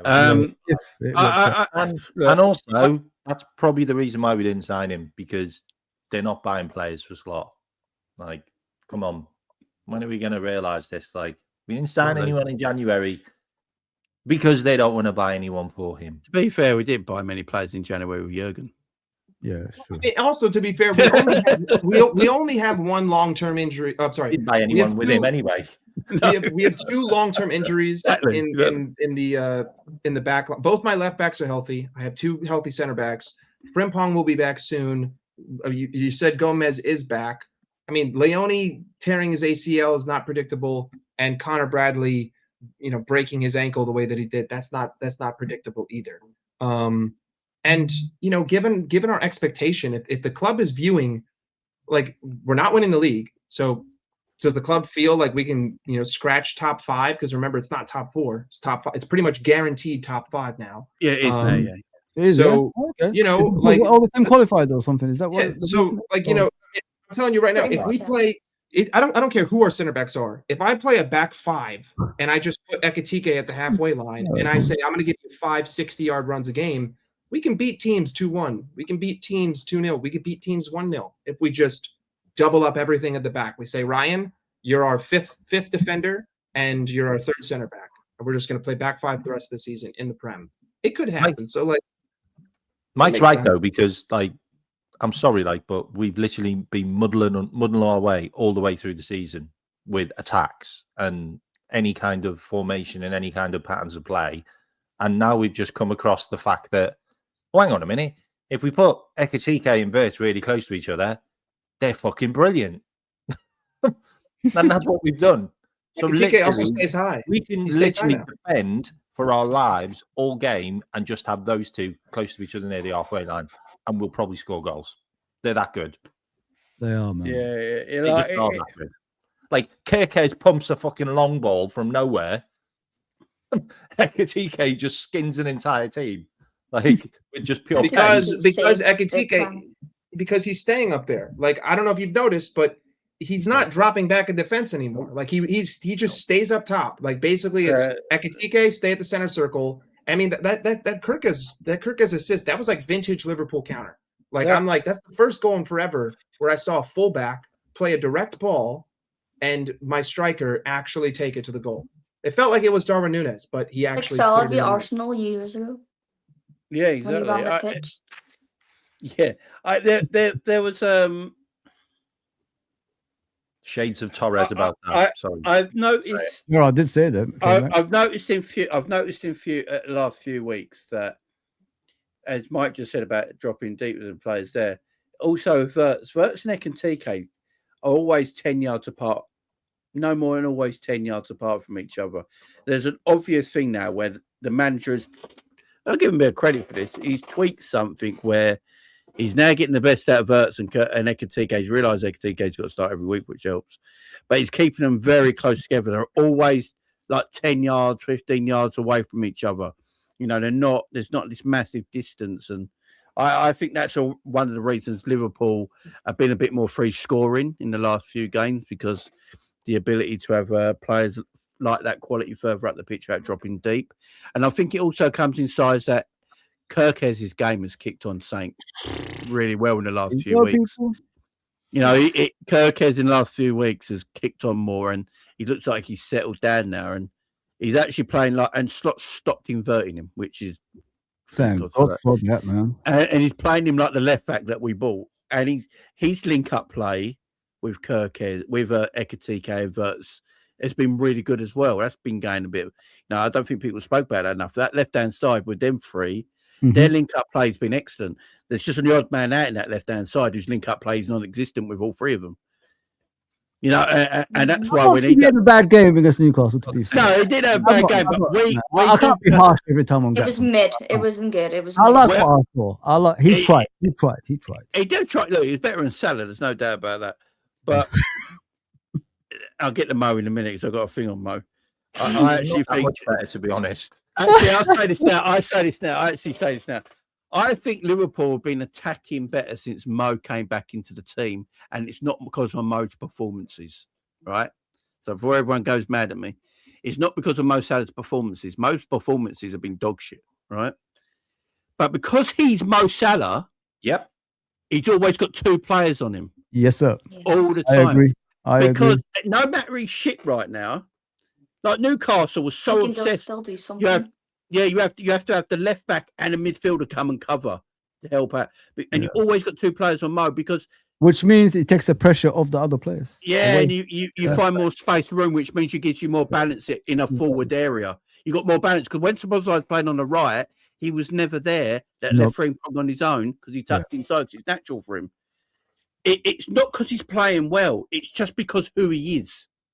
Teams will never let Mo Salah have freedom of the pitch because he's Mo Salah, because he's got a reputation. They know he's shit now. They're not saying they know he's probably finished at the top of his game. Well, I think he can still finish his season off really well. He's not the Salah he was, but they still won't take the chance and let him have space on the pitch. So they still 2 man him on him. Look at the Verts goal. I mean, he gave the ball to Salah, 2 people got on him, free space for Verts, bottom corner, side netting. Simple as that. It just gives more balance to the team. It just gives more balance to the team.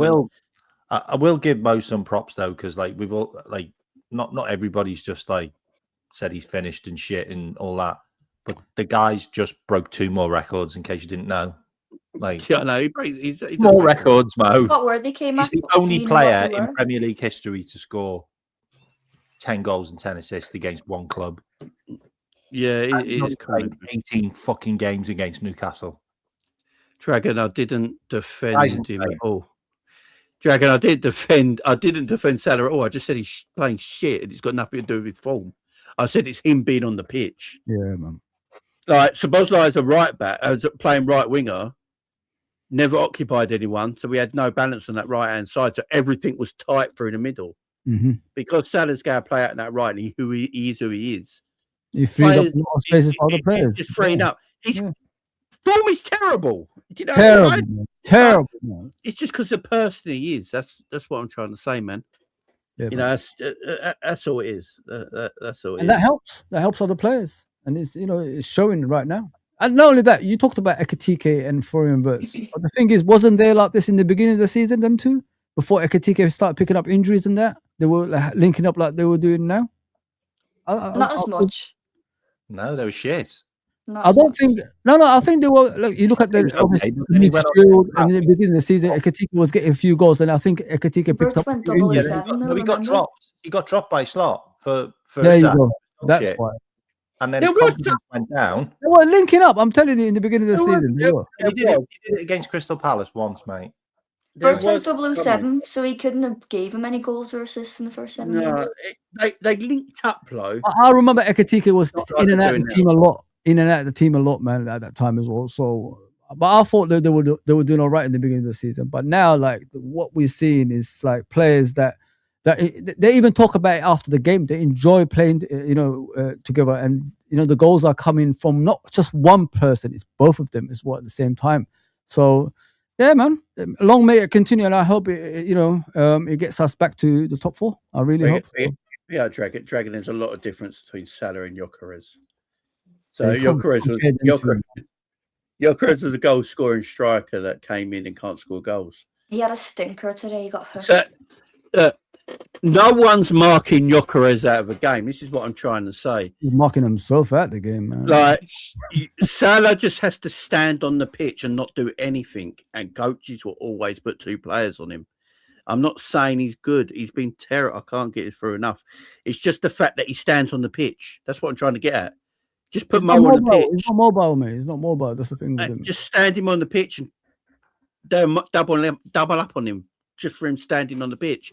What it does, it just gives us more balance in our forward area. It opens up. It stretches the pitch more for Liverpool to find gaps and openings in that forward line. That's just all it is. And look, do I think Liverpool should move on next season without Salah? Yeah, I think unfortunately Salah's come to the end of his Liverpool career. He's been here 9 years. He's been a great servant to the football club. You don't want things to get worse, do you guys? Nah, he's an absolute legend. He's got legendary status. Move on, man. He's got legendary status, man. Icon. Yeah, exactly. Just let him leave, man. Get to the summer, get to the last Anfield game, give him his lovely send-off and let him leave. Win him the Champions League. winning the Champions League and then let him go. Exactly. And then We'll get Reg for him as well. We'll get loads of money for him. And take Cody with you. Yeah.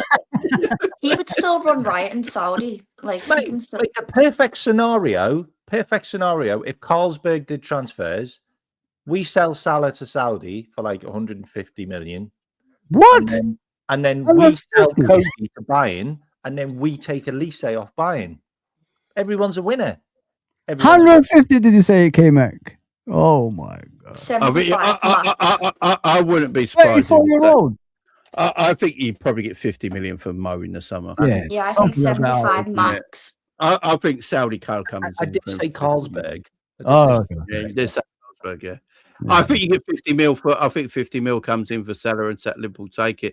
I'm telling you what, if Michael Edwards was still at the club when that 150 million transfer came in for him a couple of years ago, I would have gone. He would have gone. We need some Edwards homegrown players. That's what we need to look at. Some homegrown players as well. Yeah, massively. But So there is. saying that though, if we had have bought that, we wouldn't have won the league last season because Mo wouldn't have been there. Oh yeah, there's nothing. Big up, yeah, that's a good point. Big up Rushy. So this is true. Saudi are now looking at younger players, but the problem is it's Mo Salah. It's Mo Salah. He's massive over there. Is there a bigger Arab footballer? No, I was there a couple of months ago, man. You can't wait when he's going down there anyway. So he just I see your shorts for it. You can't wait. You can't wait. So he'd be carried everywhere. The man's feet wouldn't touch the ground, would it? He'd just be. He's everything to them, man. Yeah, he don't even have to play, by the way. He would get to enjoy himself too, Jamie, and not, do you know what I mean? Not be at full pace because he's constantly just on it. So he'd get to relax a little, which I think he deserves after what he's done for us.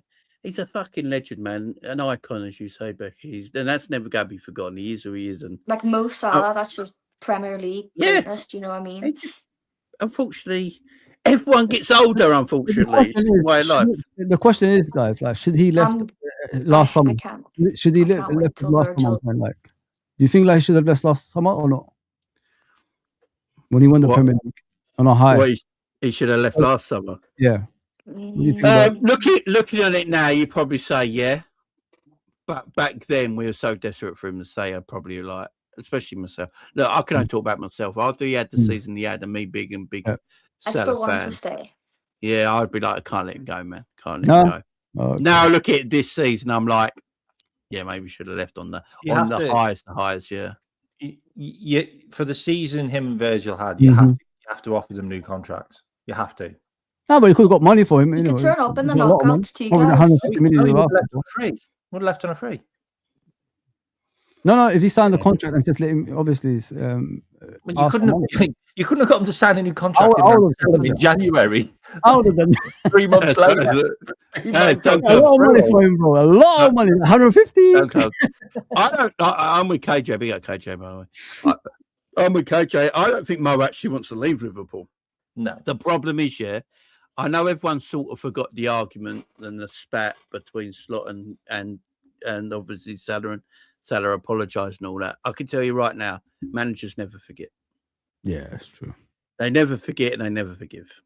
No. And I think if there's a possibility for Mo Salah to be sold this summer, I don't see Arne Slot desperate to keep him. Does anyone else? The Slot sit there please don't tell him I need him for next season. I don't think. And look, I love Salah, but Salah don't like sitting on bench. You know what I mean? And we need to move on eventually. You know, you can't have a 34-year-old Mo who's starting to get slower and slower. Although it's he weird. He doesn't really come off too. Have you noticed, Jamie? No. He doesn't really come off. Apology, my place now. It's mad. It's crazy. Yeah, I don't do that stuff though, guys. You know, I don't really like to hold on to players when they're in a certain age. You know what I mean? I'm more of a old school Liverpool fan. Like, you know, we moved on. Obviously, Keegan and Dalglish came in. We sell values. You know what I mean, and things like that. That's what I want to go through. You know, because it refreshes the squad. But when you refresh the squad, that means you go winning again. And again, that's how we were successful back in the day. That's why people always remind you of Liverpool, what they were back in the day, because we never stood still. We always refreshed the squad and moved on to winning again with a different team. And that's We what I need to want make go sure back it's to. the right time, though, Fonzie. Nostalgia around players, it has to stop at some stage, in my opinion. When they reach a certain age, give them a resale value, move them on, get the next one in, and we go again to win again. And that's how you have that continuous success year in and year out. I agree. I totally agree. And I will say that, I still, do you know what's weird? I watched Mo against Newcastle, and I'm like, Mo's still got a bit of pace, He's not, that Hall couldn't catch him, could he? Did you see that bit when he actually burned Lewis Hall, right? And Lewis Hall's not slow, right? And he actually burned Lewis Hall. And I'm like, and the commentator made a point of it, like, he's moving too fast. It's like, so I don't think his legs have gone, like Carragher said, in that for that reason. Like he's not as quick as he was, but he's not like dead slow either. He's just not. He's not playing to the high level right now. Let me be honest with you guys. You know what it is, Jess? Sorry to interrupt, brother. You know what it is? You're right. I think that the football club's changed. They're not playing for him anymore.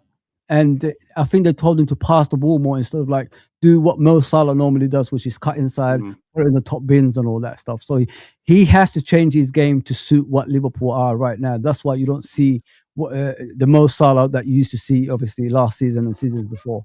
They want him to be more of a team player rather than a goal scorer, if you know what I mean, guys. He's been very creative lately, yeah. My bad. I'll let you read the super chat. That's right, Mike. Be up, man. About Charlie says, I've got a feeling we'll sell Salah, VVD, and Gakpo sort out wages, and Robbo will leave on the frees also. This is a big shout by Charlie. Big up. See, Salah is on 400k a week, yeah. Well, if you actually look into his wages, he's probably on, with all the bonuses and incentives he's on, he's probably close to 700 grand. He's probably close to 700 grand a week. That's probably what Mo's on. VVD, I don't know, Charlie. I think VVD stay another year because Liverpool have to do serious centre-back hunting if Virgil's going to go in the summer. And he has to nurture the next one for another season. Yeah, and I actually I've got a feeling Virgil might stay on past his contract as well as like a player that don't mind sitting on the bench and I hope he does. But helping, I know you do, Vic, and helping other players and stuff like that. Because I don't think Virgil, like Mo, would mind doing that role. But yeah, Salah's wages alone frees up a lot of money. Robbo's on 150 a week as well, frees up a lot of money. So yeah, there's definitely wages there you can be cut. Cody, as long as Arnold Slot's manager, man, I don't think he's going anywhere. You know, Cody's our second top goal scorer, man. I know. I think we're harsh on this. I just think this is the worst season I've ever seen from Cody. Have we complained about him like this before? That's what I'm saying. It's dried up massively. Like it's dried up. It's you know why? Because there's no competition for places with him this time. He's on his own. He knows at least give Rio a run. He's not even giving Rio a chance to compete. But that's okay. That's not entirely true. That's not entirely true. How dare you, Michael?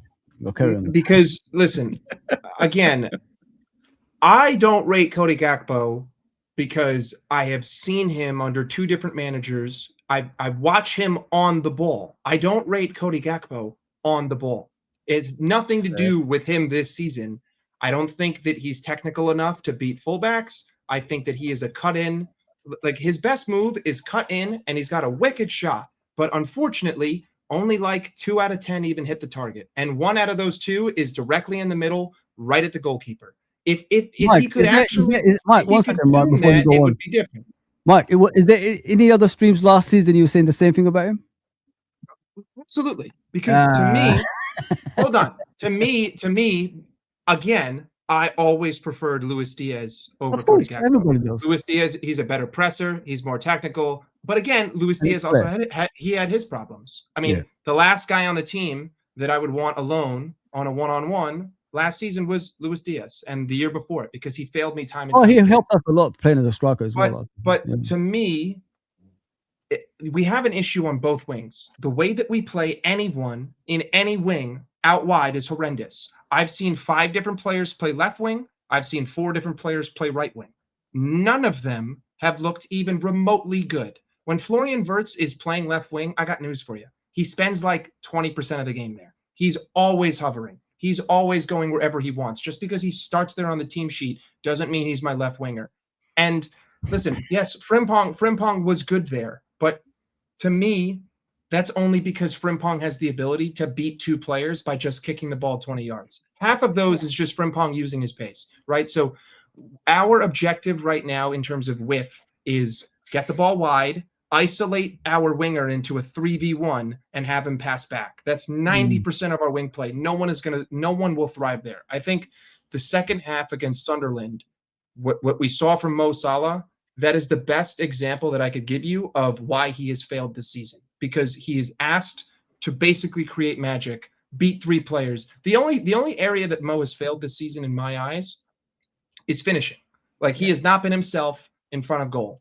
And for whatever reason, it's dropped, and it's unfortunate. But outside of that, I don't have a single bad word to say about him, because he is always put in a position with no support, and he's put in a position to fail. And the same thing goes with Cody. Like, yes, I don't rate Cody, but for the last 4 months, I've said, if you really deep it and you analyze our footage and you watch every position Cody picks up the ball in, he doesn't have any other option but to cut in and shoot, because he's got the fullback who isn't biting, so he can't play the overlap. He's got the center back who's staying there, and everyone else is another player behind. It goes fullback, center back, central midfielder, so that's 3v1, and everyone else is in the middle of the box. I've got 3 players all standing on the penalty spot together, holding hands, singing Kumbaya and smoking cigars, not a care in the world. So Cody Gakpo, not a great footballer, but also put in a position to fail. And everyone who has been put there, outside of Ekitike, but to be honest with you, I think you could play Ekitike at center back and he would find a way to,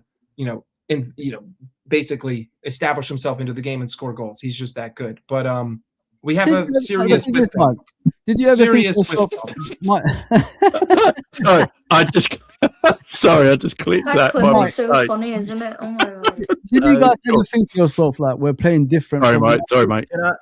I just wanted to touch on what Mike was saying. I was going to say before Mike actually, but he beat me to it. Go on. And no one's talking about the common denominator, and it's only Slot's tactics this season. That's what I was just about to say. Don't you think we're playing different from last season? That's the reason why Mo Salah's failed. The reason why Mo Salah's failed. Mo Salah's playing as a fucking touchline player again, like he did under Pep and Linders. Yes. And do you remember the season he had under Pep and Linders? When he was basically in the Champions League, stood there with the linesman all game. Yeah. Like, that's not Mo Salah's bag. And Mike's right. The only thing Mo Salah's failed with this season is that top corner finish that he's so good at, where he whips it in the back of the net from the edge of the box. Yeah. He's just missed too many of them. Like, unfortunately. But how often does he do it, K-Mac? He doesn't do it that often, does he, really? It takes Mo from being human to superhuman. Like, if he puts a few of them away, and then he's our top goal scorer. But can I be honest with you, K-Mac? Can I be honest with you, K-Mac? These are the kind of, what Arne Slot is trying to do this season is the kind of thing you do with a new team, not with a team that's, got the old players still there.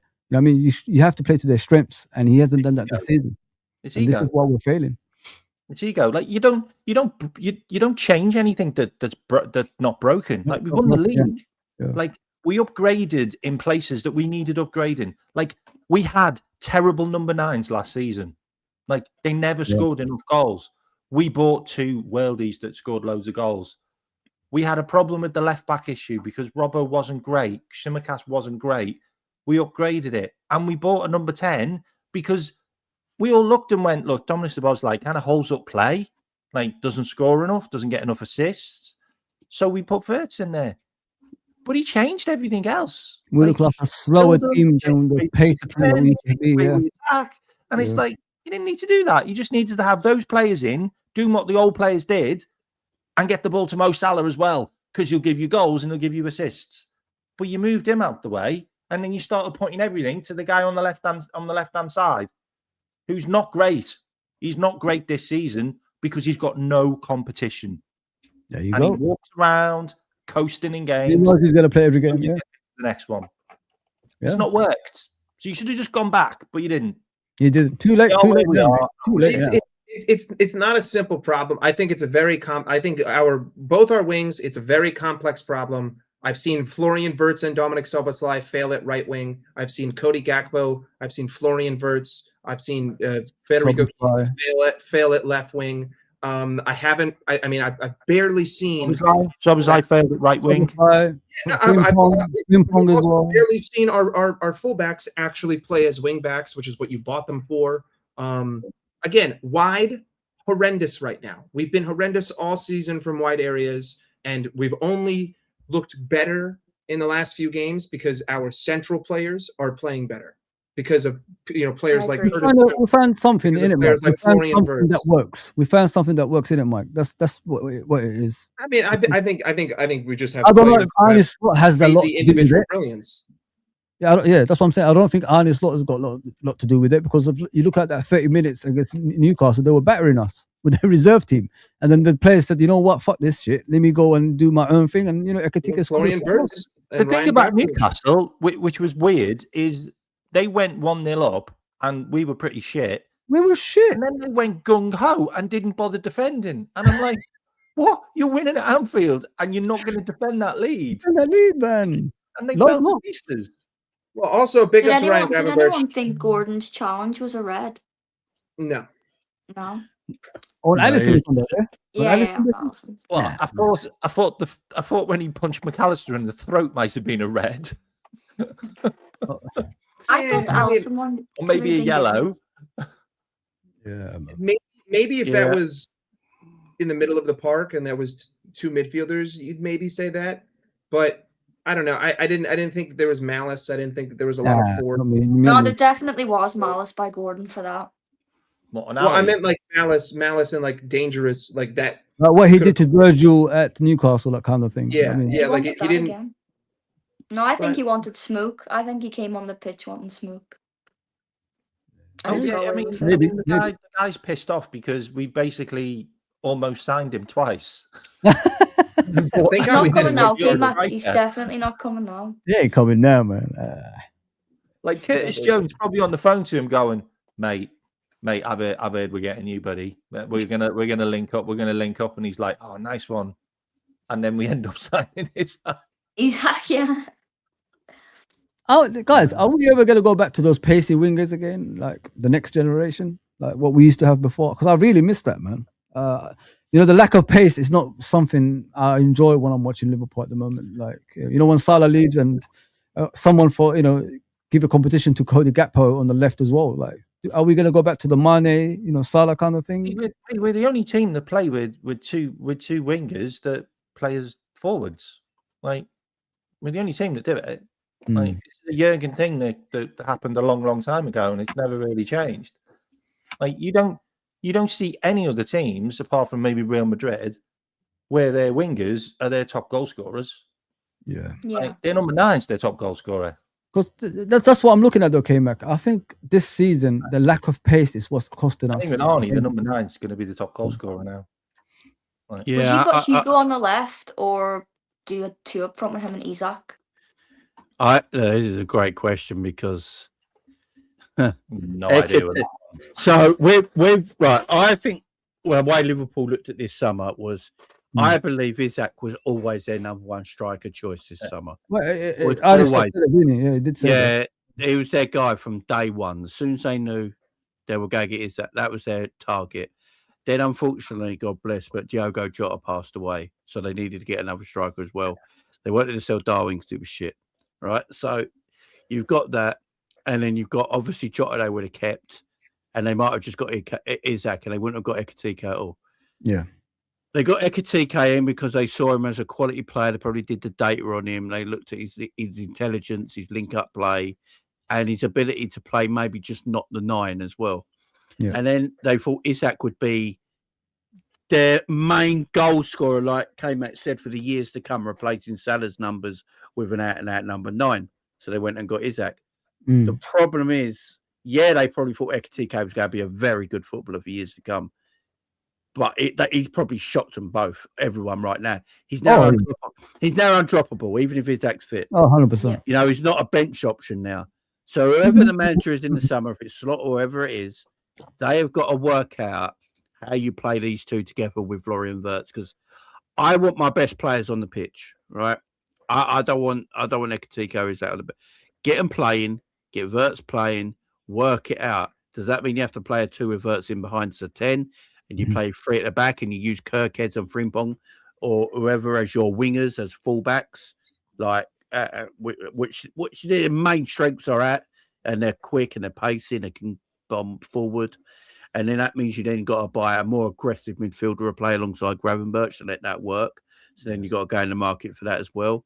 Or do you play like or do you do the Ekatiko the left, sort of like a false left winger? If that makes drifting sense. in a little and stuff. Yeah, because if you look at the way Ekatiko and Verts link up, it's all on that. It's all that inside left channel. It's all on the inside left channel. Yeah, that's where they link up. So you could probably still do it. Look at his goals against Karabag and Newcastle. Halfway line, left hand side. Yeah, they're all guys made for that position. He's unreal. I love him. That's where he's probably going to play for France in the World Cup as well. Yeah, I agree, K-Mac. For me, Ekatiko is already one of the best forwards in Europe right now. On form in a way, and he's got a high lot of ability. I love the guy. Have you seen his numbers compared to Frankfurt last season? Exactly the same. The guy's doing what he does. He was good at Frankfurt. He got them to the Champions League, didn't he? Similar scoring, similar assists. Like he's just doing what he does. Like coming to the Premier League for Ekatike was no stress. That guy is not stressed out. Okay, like how often do French players not make it in the Premier League? You know what I mean? Jamie, quick question. There's something in this does guy. He? Because I'm like one of the younger ones. Does he really remind you of Thierry Henry? Yeah. Like as much as people say. Got a mix of everything. Yeah, I wouldn't have watched Thierry. So. It's the way he glides across the pitch is very Henry like. He's got a lot of Fernando Torres in him as well, like that kind of strike. I think Jamie Carragher is making mention of that. I think Jamie Carragher said it the other day. He thinks Ekatike is actually better than Torres because through Torres's and Gerrard's link-up play, a lot of it was Stevie. And Fernando Torres says it himself. I've watched them at Atletico, Jamie. Yeah, no, at Liverpool, just at Liverpool. Like I think Fernando Torres said one of the best players he's ever played with is Stevie, and he puts him in he puts Stevie in his top 11. You think the Spanish team he's played with? The World Cup team. To put Stevie in that category, like tells you everything you need to know. Yeah, I love it. I think Ekatike. I mean, and Stevie then said, like, you remind me of Torres. So yeah, he did that to him. Yeah, the compliments gone back. It looks. If you ask me right now, I think. The Henry thing's got to be there because he's French. He's quite yeah. That's what I was thinking. Yeah, and he glides a bit like Henry as well because, Ekatike might not look extremely quick, but he's lightning. He's got a deep bag as well. He can do some different type of finishing and stuff. Got a deep bag. Yeah, exactly. And I just not seen him out paced yet. Like he's lightning quick. Mike, what do you think on the Ekatike Verts relationship, man? Listen, and how would you get Isaac? How would you get Isaac in the team as well? Well, that's the problem. I loved Ekatike. I wanted Ekatike. He was the guy that I wanted at the end of last season when we were talking about transfers. I was like, Ekatike is the dude that I want. I love his attitude. I love his presence on the pitch. I love his ability on the pitch. I think his link up with Verts is fantastic. But we also kind of saw that for Atletico Madrid. Atletico Madrid was kind of like. It was a preview with Verts' ability to link up with our number 9, whether it was Isak or Ekatike, but now it seems to be flowing. The problem with Isak though is that when I did see Isak in this season, everyone wanted to have excuses for why he didn't work. But what I saw was a player that just couldn't figure out what to do. When Isak played for us this season, I felt a lot of the times he looked lost on the pitch. He's not the kind of player like Ekatike who's going to drop 40 yards to get himself involved in the play. He wants to stand at the top and he wants to play he wants it to come to him. He's a reactive striker where I feel like Ekatike is almost preemptive and he's a catalyst. Listen, people can talk about his fitness and all this stuff. And yes, the rest of the team wasn't playing well, but even when the rest of the team wasn't playing well, I saw Ekatike showing me 100 times more desire and 100 times more effort than I saw from Alexander Isak. I know Isak is an amazing player, and it's not a slight on him. It's just what I saw already showed me that whatever we're doing, this is not going to work. And the one game where both of them played together, I think they combined for 4 passes together in the 60-odd minutes that they played. So it's not like there was any magic link up. I didn't see anything amazing. In a world, I could see a duo striker working with them, or Ekitike on the left and Isak through the middle. But the only reason that would work is because you figured out everything else. You figured out the midfield, and the midfield can actually be symbiotic with the attack, and I can build through the middle, and I can properly use my wings, and Isak can stay in the center. If we can find a way for Isak to not have to do anything but be in the middle of the pitch, we could make it work, but that's not going to come down to the front line. That's a midfield problem. That's a backline problem. That's a full team problem. But I love Ekitike. I think he's fantastic. Whatever the comparisons are, I don't think it matters because Ekitike is his own man. I love his celebrations. I love his aura. You know, people love to say that word now. The guy has aura. But I really don't know how we're going to, at least this season, under Slot, I don't know how you're going to make both of them work at the same time. Ekitike has to play on the left. But then where does Florian Wirtz go? And does that mean that you're dropping Szoboszlai out of the midfield? Who comes out of the midfield? Because then Frimpong is going to be Gakpo from the left, isn't it? Gakpo from the left. Yeah. So, you know, under him, I don't know. Under a different manager, you could probably make it work. But I don't know the whole 4-4-2. I don't. Under any manager, I find it very difficult to believe that we would be able to figure out how to play them both as 2 up top. One of them is going to have to go wide. I don't think both of them are going to play through the middle. They can rotate that though, because I think Isak does like drifting off to the left as well. Absolutely. I think it's a bit harsh. You know, when people talk about Isak, he's just an out and out number 9, just stays up front. If you watch he can drift, from the years he started, guys, he does drift to the left. He's more of a Thierry Henry than you think. I'm telling you guys. He started on the left for Newcastle sometimes too. When he plays for Dortmund, when he plays for Sociedad, he was all over the pitch.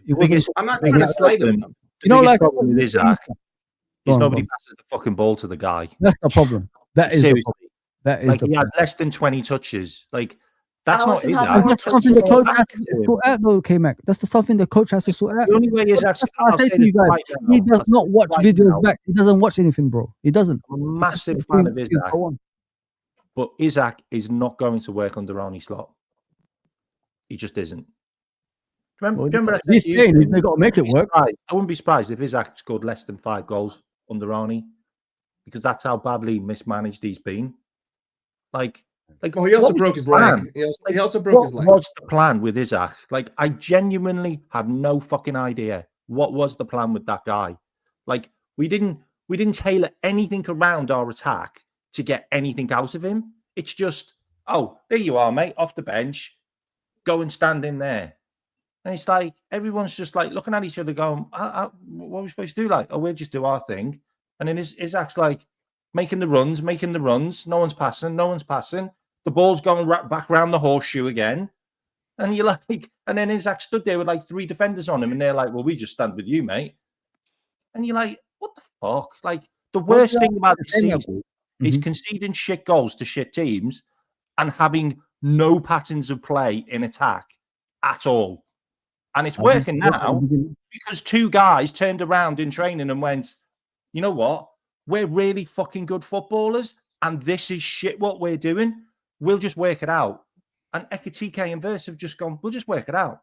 We'll do it ourselves. Seriously, they have just done it themselves. Watch them. They are not in the beginning, bro. Like, you know, at the beginning of the season, this is what we did. The coach just told the players to go out there. We're going to outscore teams, and we're going to transition during the season. That's the attitude he went with, and it just backfired. You know what I mean? And players look bad at the same time. But talking about Ekitike and Isak, maybe this is what they got to do next season. Maybe if Salah still stays, I don't know if he's. I think he's going to stay the way it looks. But if you're going to have all 3 of them, maybe Ekitike on the left is a better option. Maybe because you see him doing a lot of damage from the left-hand side anyway, and putting Isak in the middle and Salah on the right. So thinking about it in a way of, you know, Ekitike will score goals. So will Salah. So will Isak. So that's a big threat if them 2 play together in a consistent basis next season. Because Salah loves the competition when there's other players scoring goals. If he looks across like Ekitike like he used to do with Mane and things like that, that's if he stays. That is, then you could have that kind of competition with goals and all that stuff. But it is what it is. We're going to have to wait and see if that's going to happen. But listen, I believe Ekitike could play on the left, and then they could rotate the strikers at times. Rest Isak, put Ekitike out front, get a left winger on, things like that. You know what I mean? If you maneuver the squad in a way that could refresh the squad in every games that we play, then we could actually put up a challenge to other teams. That's how I see it. Because if we continuously playing the same players game in and game out, they're gonna tire at the end. So that's what I want to see. Hopefully in the future. Ozzy Ekitike, I don't know if you remember, he scored a really good goal against Ukraine from the left for France. Yeah, for France. Yeah, I've seen that. So yeah, I think he definitely got him in him. I got it in him. That's what I'm saying. Like, just everybody's saying they can't play in the same team and all this stuff. Just ignore shit like that because it's really. Or at least give it a try. Do you know what I mean? Give it a couple games. If it doesn't work, it doesn't work. At least we can say we've tried. To have like strength and depth up front like that. You need that in a big football club. You know what I mean? So we've got the present and we've got the future. You know what I mean? So eventually Ekitike will be the main striker one day. So just let them play off each other for now and see where we go from there, man. Yeah. I think you just play all three and let them rotate. Yeah, let them. You don't. You remember Mane and Salah, JB? The competition you have. Firmino dropping below and them coming in the middle a bit too. Yeah, you don't let them stick to the position. You just let them move and do their thing up top. You tell them that's your front three. This is the midfield. We're going because if you go do that, you need a better, not a defensive midfield because I think DMs are shit. But you need you need an aggressive midfielder to play alongside Gravenberch. You go and do that, and then Liverpool are cooking. Liverpool cooking. I hate all this DM bollocks. There's no good DMs, man. What kind of DM do you guys want? A possession keeping one or aggressive one? What do you? I want like a Firmino mold. Yeah, and they're barely existing there either, are they? That would be my go. Like if we could find one, that's what I would want. I just want an aggressive midfielder who can play football. To scare the opponent as well, yeah. If you gave me someone like Tonali or something like that, who's a good footballer, but he's very aggressive in the midfield as well. Shout. Him alongside Gravenberch would be, very good. I like Onana. Yeah, Onana. There's enough one like Casado, right? A lot of people talk about Casado, right? Casado's an excellent DM, right? Got him, man. He's got him, Fozzie. I was crying like a baby when we he's an excellent DM who can cover all the ground in a defensive way and win the ball back a heck of a lot. Yeah, he's a shit passer. Yeah, but that Onana, he's not very good at progressing the ball, and that's what his issue is. But as a defensive midfielder, he's great at it. I think you look at Arsenal. Arsenal really haven't got a DM. No, they don't. Thomas Partey last season, they could say that. But it's about defensive structure, ain't it? It's about defensive structure. Yeah. Arsenal got a very good defensive structure because they basically play 4 centre back to ground the back. Mm-hmm. Their full backs do get attacking, but they stay very close to their centre backs. I'd like to see Gravenberch a bit further as well, Jamie. We never get to see Gravenberch. Like he's always playing defense. Well, the last 2 seasons he's played defensive. For Ajax, he was more of an 8, more of an attacking 10, like getting on the end of things. Like I kind of want to see Alvarez, the one at West Ham, wasn't he? His partner, he was the more of a destroyer at the 2, wasn't he? The Mexican, I think. Yeah, so just get an aggressive midfielder who can play. Do you know what I mean? Be okay, Mac. He had a jump. Be okay, Mac. What about you, Mike? What kind of player do you want, like in that midfield? Is it the aggressive one or the passing possession keep? Sorry, Jay, about that. Hey, you all right? Be out, Josh. I don't know. I don't know. I can't answer that because my midfield is a donut hole. I can't answer that because I don't play with a midfield.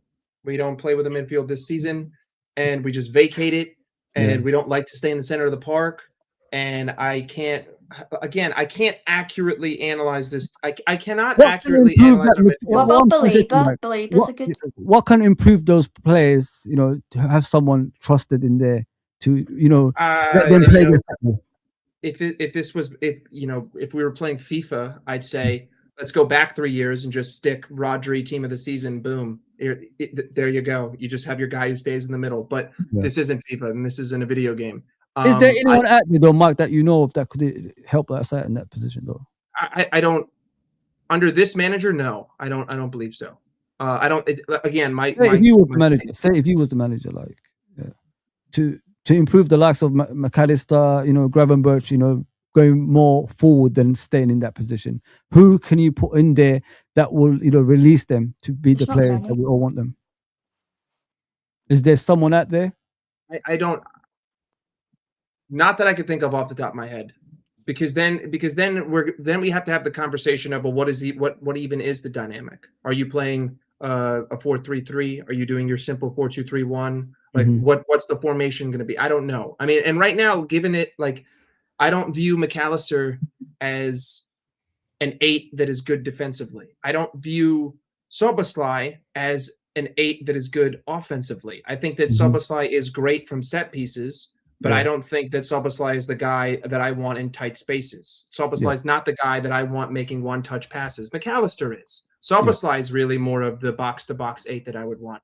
To me, Gravenberch screams box-to-box 8. He can do it defensively and he can do it offensively. So in theory right now, I have 2 players that I trust that could go box-to-box, right? I have one player that I don't really want to be a 10, but he's an 8 that's better going forward. I have an out-and-out 10 in Florian Wirtz, and I have another box-to-box player in Curtis Jones, but he can't see the light of day, and I don't know if he's going to see the light of day anymore. And then Endo, he's your guy who comes on when there's 5 minutes left. Endo is the actual DM. Yeah, no, he's the actual DM. But he's a limited footballer. That's pace as well, man. Yeah, that's the issue with Endo. Who would you give? You know what, guys? I don't know if anyone said it, but the guy at Aston Villa, the one who used to be at Everton, Onana, yeah? I watched him against the big teams this season when he played, especially at the Emirates. He's looking for a move too, He by the way. was amazing in that game. And he moves the ball Aston Villa looked like they were going to win that game until he came off at half time. Him, it's the height, it's the presence, it's the aggression, what I like about him. And him back in these teams, so our team, with that presence in that midfield, I think will scare opponents. He's looking for a move too. I heard a couple of days ago him saying something like Aston Villa was the right step for him, but he wants to take that step up gradually. So, would you guys take him? I would get either Tonali or Elliot Anderson. That'd be my Elliot Anderson. Yeah, I like Elliot Anderson. Tonali. I love Tonali. But is Tonali a DM or is he a central midfielder? None of them are DMs. This is the thing like that. They're like, how many teams play with a single player DM in their midfield now? No, yeah. No, not. That don't not really. There's more of this. It's more of a double pivot, a 3 in there now, ain't it? And you got usually a box-to-box midfielder, your controller, and your deep line playmaker that moves the ball forward. That's usually what your 3 is. And Liverpool's 3 at the moment are all 8s. Reality in that sense. So, Gravenberch, the thing with Grav, I love Grav, right? And I think Grav's really good. I actually do think when Grav's at his best and he's missing, you do see the difference in our midfield when he's not available. He's not he's not aggressive or anything like that, but he is the midfielder. He does pick up good defensive positions and he does intercept well, and that's why he can play centre back quite well as well, because he's good at it. I just think if you put someone aggressive next to him who's a better passer than Grav, I think you got a good pivot there. Yeah, you got a good pivot there, and that's what we need. So or a destroyer, Jamie, to let him go forward and do his thing. Do you know what I mean? Yeah, I like Grav, man. I think. Oh, my bad, Jamie. Go ahead. No, go on, man. Go on. It's just I think Elliot Anderson, Adam Wharton, like Sandro Tonali, these are all good players. Like if you're gonna if you want a profile, I would say, well, number one of the midfielders I have is going to have to go, because going forward, I would like to see Florian Wirtz actually be my number 10. He needs to be in the center of the park, which means that I have a left winger, a right winger, and a striker. So I like Szoboszlai and Gravenberch as the dual number 8s. I think that going forward in football, like Jamie said, you don't need an out-and-out destroyer. But what you need is someone who's a well-rounded center back, someone who's a well-rounded midfielder. Yeah, like all you rounded. need someone who has the actual physical Onana? presence. Yes, You sir. need someone who has ability going forward, but he doesn't have to be the most creative person you've ever seen. And you need someone who has more ability going backwards. Like, yes, I want you to be able to go forward, but I would prefer if you're better going the other way towards my own goal, because I have more creative players out there. So I just think that McAllister, like, he's all forward, not a lot going backwards. And he's not a number 10. I He's don't not like him. he's not a number 10. And listen, I just think that if I'm going to get rid of one, I would get rid of McAllister. Mike, And I'm with I you, would Mike. bring in I would bring in a bigger number one, a taller profile, someone who's bigger, someone who's stronger, and someone who's more well-rounded. Take away a little bit of the offensive prowess. Can I ask you a question, give me Mike? more Can I defensive ask you a solidity. question, Michael? Would you said the same thing about McAllister last season? Back it, Mike. Back it. I had many issues with the way that we played last year. I was adamant and I was vocal. I remember going on call-in shows. We'd be winning. We were 10 points ahead of the league, but I'd say we're open in transition.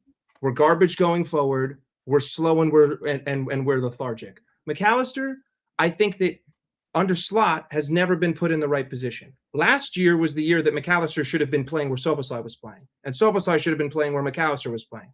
McAllister should have been my number 10, my more progressive midfielder, and Szoboszlai should have been my 8 every single game. And you only saw that after we won the league. After we won the league, you saw the experimentation of Szoboszlai and Gravenberch as the double pivot. McAllister, again, now that I have Wirtz, it doesn't make sense to have him. And it makes more sense to get a more well-rounded central midfielder. Not to mention his physicality levels have dropped. His decision-making has dropped. He looks slow and lethargic, even more so than last year. And he was poor. Would you take He him was for Onana, poor at the Fozzie? end of the year. Would you swap Onana? Don't do that to me, Becky. I'd swap McAllister for Are you doing it? Are you doing it? I want Onana, guys. What I saw of that guy, he's gonna scare opponents, mate. Because sorry, Jay, sorry. You know what we need is someone like Onana in that midfield. Because what's the kryptonite for these possession-based teams like Arsenal and Man City and teams like that? Someone who's aggressive in that midfield. And if you watch Onana against these teams this season, he's been phenomenal in that. He not only bullied them, he was creating chances for his team, and he was pushing forward like Mike said. That's what you need in that midfield. Not only like going back, going the other way as well. And he is huge. He's only 24. So he's still got years left in his body. So I think Onana is a perfect, player for Liverpool Football Club. I hope, someone looks at that and tries to get him. Tom Little would love to hear that.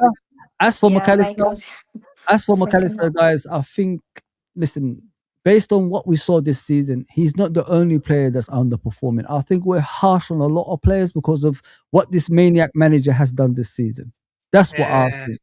But if you look at previous seasons, nobody was that, even including you, Mike. Nobody was, having a go at Gakpo. Nobody was having a go at McAllister, and nobody had a go at publicly. Maybe not publicly. I despise McAllister. I am. Damn you guys! I'm defending. I said on January 1st. Anyone can give $1. This is McAllister's worth. This is his worth right here for the low price of $1. I said on January 1st. You're saying he's not aggressive. He's got a World Cup coming due to his legs, and even he's not going to get rest. Becky, Mike said he's not aggressive. Did you watch him like last season, the season before? He can be aggressive. He is aggressive. Yeah, I'll give you that. He is aggressive.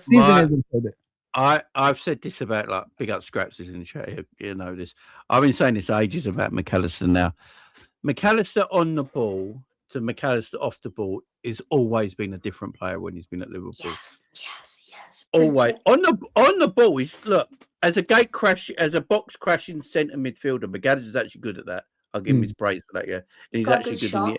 Yeah, he's got a good shot. And he's good in the air, right? McAllister's issue always has been transitional defending. That's always been his issue. You know, even when he first came to Liverpool, off the ball stuff weren't good. Last year, off the ball stuff weren't good either. But on the ball, he made up for it, right? So you give him a buy for that, yeah. I said this on the Vibes with Copy show, and actually, no one actually answered me this. Big up everyone who watched the Vibes with Copy show last Thursday. No one actually answered this question. I put it out there. What does McAllister do that is so much better than Curtis Jones? Nothing.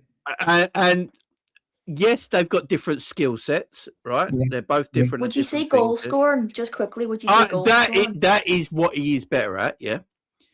I think Curtis Jones, though, can give you the same build-up play from midfield, but then also be much better defensively because Curtis Jones can play right. Curtis Jones can play right back. You know, you wouldn't put McAllister right back, would you? True. Oh, You know he's what I got mean? the pace for that. If you look at Curtis Jones has played right back, Szoboszlai's played right back, Graham Birch has played centre back, Endo has played right back and centre back. I think we're harsh on McAllister, guys. I think he's more tech than you guys are saying. I think Szoboszlai's. Do you think he's just tired, Fozzie? Like, what do you think? The guy has. Listen, I'm not going to make excuses for him. He's played too much football recently. I got to be honest, but I'm only basing it on when Liverpool were good. Not when Liverpool are bad right now, because there's no player that's standing out apart from, you could say, Szoboszlai, that's been consistent. And now, you know, Florian Wirtz and Ekatike. If you look at the season overall, like there's a lot of players that disappointed, you know what I mean? But McAllister, the way people talk about him, like he hasn't got this, he hasn't got that. I think he can pass. I think he could create chances. I think he could defend when he wants to defend. You know what I mean? If you based it on previous seasons as well, you know what I mean? He was the most aggressive midfielder in that midfield. You know what I mean? He was actually making tackles that was tactical fouls for us at times to stop attacks. If you look at previous seasons, but listen, guys, I think when we're looking at players this season, I think we've got to look over. We've got to look at it from the whole season, not just like, you know, what you see, you know, He's now and been again. terrible the whole season, though, Fozzie. Like, he has. Yeah, but he's not the only one, though, but it's everybody else. Everybody else has been terrible. Virgil's been terrible. Konate's been terrible. Everybody's been terrible. But Virtus came into himself. Szoboszlai came into himself. I'll give you Gravenberch. He's probably been the most inconsistent with McAllister. But I just think McAllister, the whole season has just been trash. He should have been dropped a lot more than what he has been. He started with a hernia injury, right?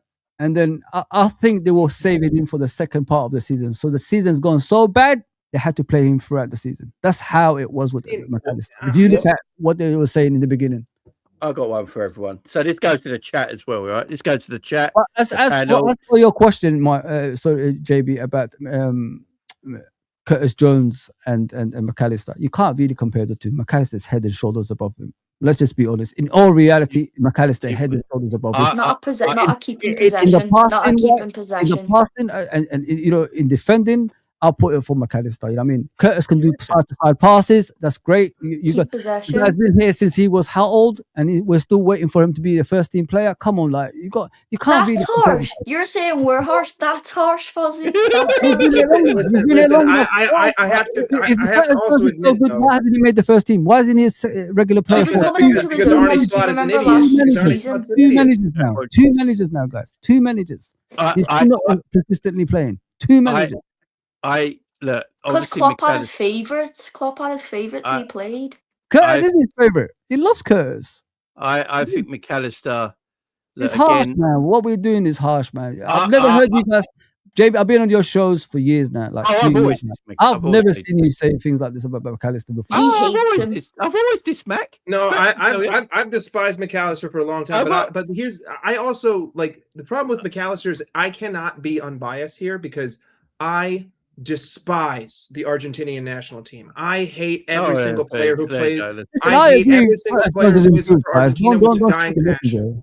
And like, unfortunately, I held that because McAllister was a red. You held that, yeah.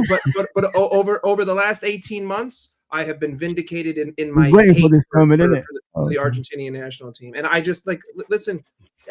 he's decent in some areas. He was bad for the second half of last season. He showed up against Tottenham and he scored Mike, that I remember you. goal. Mike, I remember on Whole Times channel. You said a lot of we dropped off in the second part. A lot He of did players. score a banger against Fulham. That was a banger 100% last year. we did 100%. But again, I don't like a lot of this roots on the fact that going forward, I don't see a place for him. I have a number 10 in Florian Wirtz. I have two better 8s that are more well-rounded in Szoboszlai and Gravenberch. I need another well-rounded 8. I don't need another 10. And if I'm going to sell McAllister, I might as well sell him high. He ain't going to get more valuable from here on out. Like this summer is going to be the most money you will be able to get for him. And we only paid 30.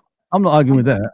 But I just think we're harsh. That's what I think. Let me put this thing on McAllister because I was at McAllister last evening when everyone said he was being good. I've always said this about McAllister. I'll keep saying this about McAllister. McAllister on the ball around the edge of the box and stuff like that. He's a really good footballer. I'm not going to dismiss that no matter what people might think. I look at McAllister's off the ball stuff, and since he's been at Liverpool, even last season, I look at Curtis Jones, right? I think further up the field, McAllister's probably better than Curtis Jones, right? I'm not going to disagree with it. Deeper, I think Curtis Jones is probably better than McAllister if you're playing him in that deeper role. Further up the field, McAllister's probably better. The thing is, I said this last season, I said this in the summer, I don't think McAllister can play the 10 role because I don't think he's got the mobility to play that role. He is a number 8 that crashes the box, and he's very good at that. He's very good at that, and he's good at getting shots out, and he has got a good shot on him, which I give him credit for, and he has got ability. I am looking at just McAllister's. I think McAllister in a European side would absolutely cook and look fantastic. I ain't go as he did this season, by the way. He's been playing good in Europe, but in the Premier League. I mean, against Carrierbag, there was this geezer that just literally walked past him, and McAllister was huffing and puffing to chase him back. And that's my issue with Mac. It's not his ability. People get it like mistaken. Yeah. It's just it's his athleticism. And if he is tired, here's the problem, right? If he is tired and exhausted, the problem is he's going to play for Argentina in the World Cup. Yeah. They might go really far in the World Cup again. He's then going to go to be 28 this December, sorry. So then he's a year older, even more, like Liverpool need to come to a. You know what it is, Jay? You know what it is, guys, yeah? I would agree with you 100%. Whatever you guys are saying. Sorry, Jamie. Apologies, brother. I agree with all of you guys 100%. If a player plays in one position and he performs badly continuously, but when he's playing in different positions every single time to help the team out continuously, I can't really fault the guy's performances. I can't. You know what I mean? You only can judge a player if he's in his proper position and he plays badly continuously. But McAllister plays as a DM, plays as a number 8, plays as a number 10, then plays part of a 3. Then he's going this way. It's just the performance ain't going to be the same because you're playing different positions all the time. That's what you got to look at tactically, guys. I don't think people look at tactically in that way. Then the answer to that is then you could add Szoboszlai to that, right? Szoboszlai plays everywhere. Athlete, you know that. And I think since they've been both at Liverpool together, Szoboszlai's been better than McAllister. Since they've been at Liverpool together, in my opinion. I said this in the summer, by the way, on the Sam show, right? And I got absolutely crucified for it, right?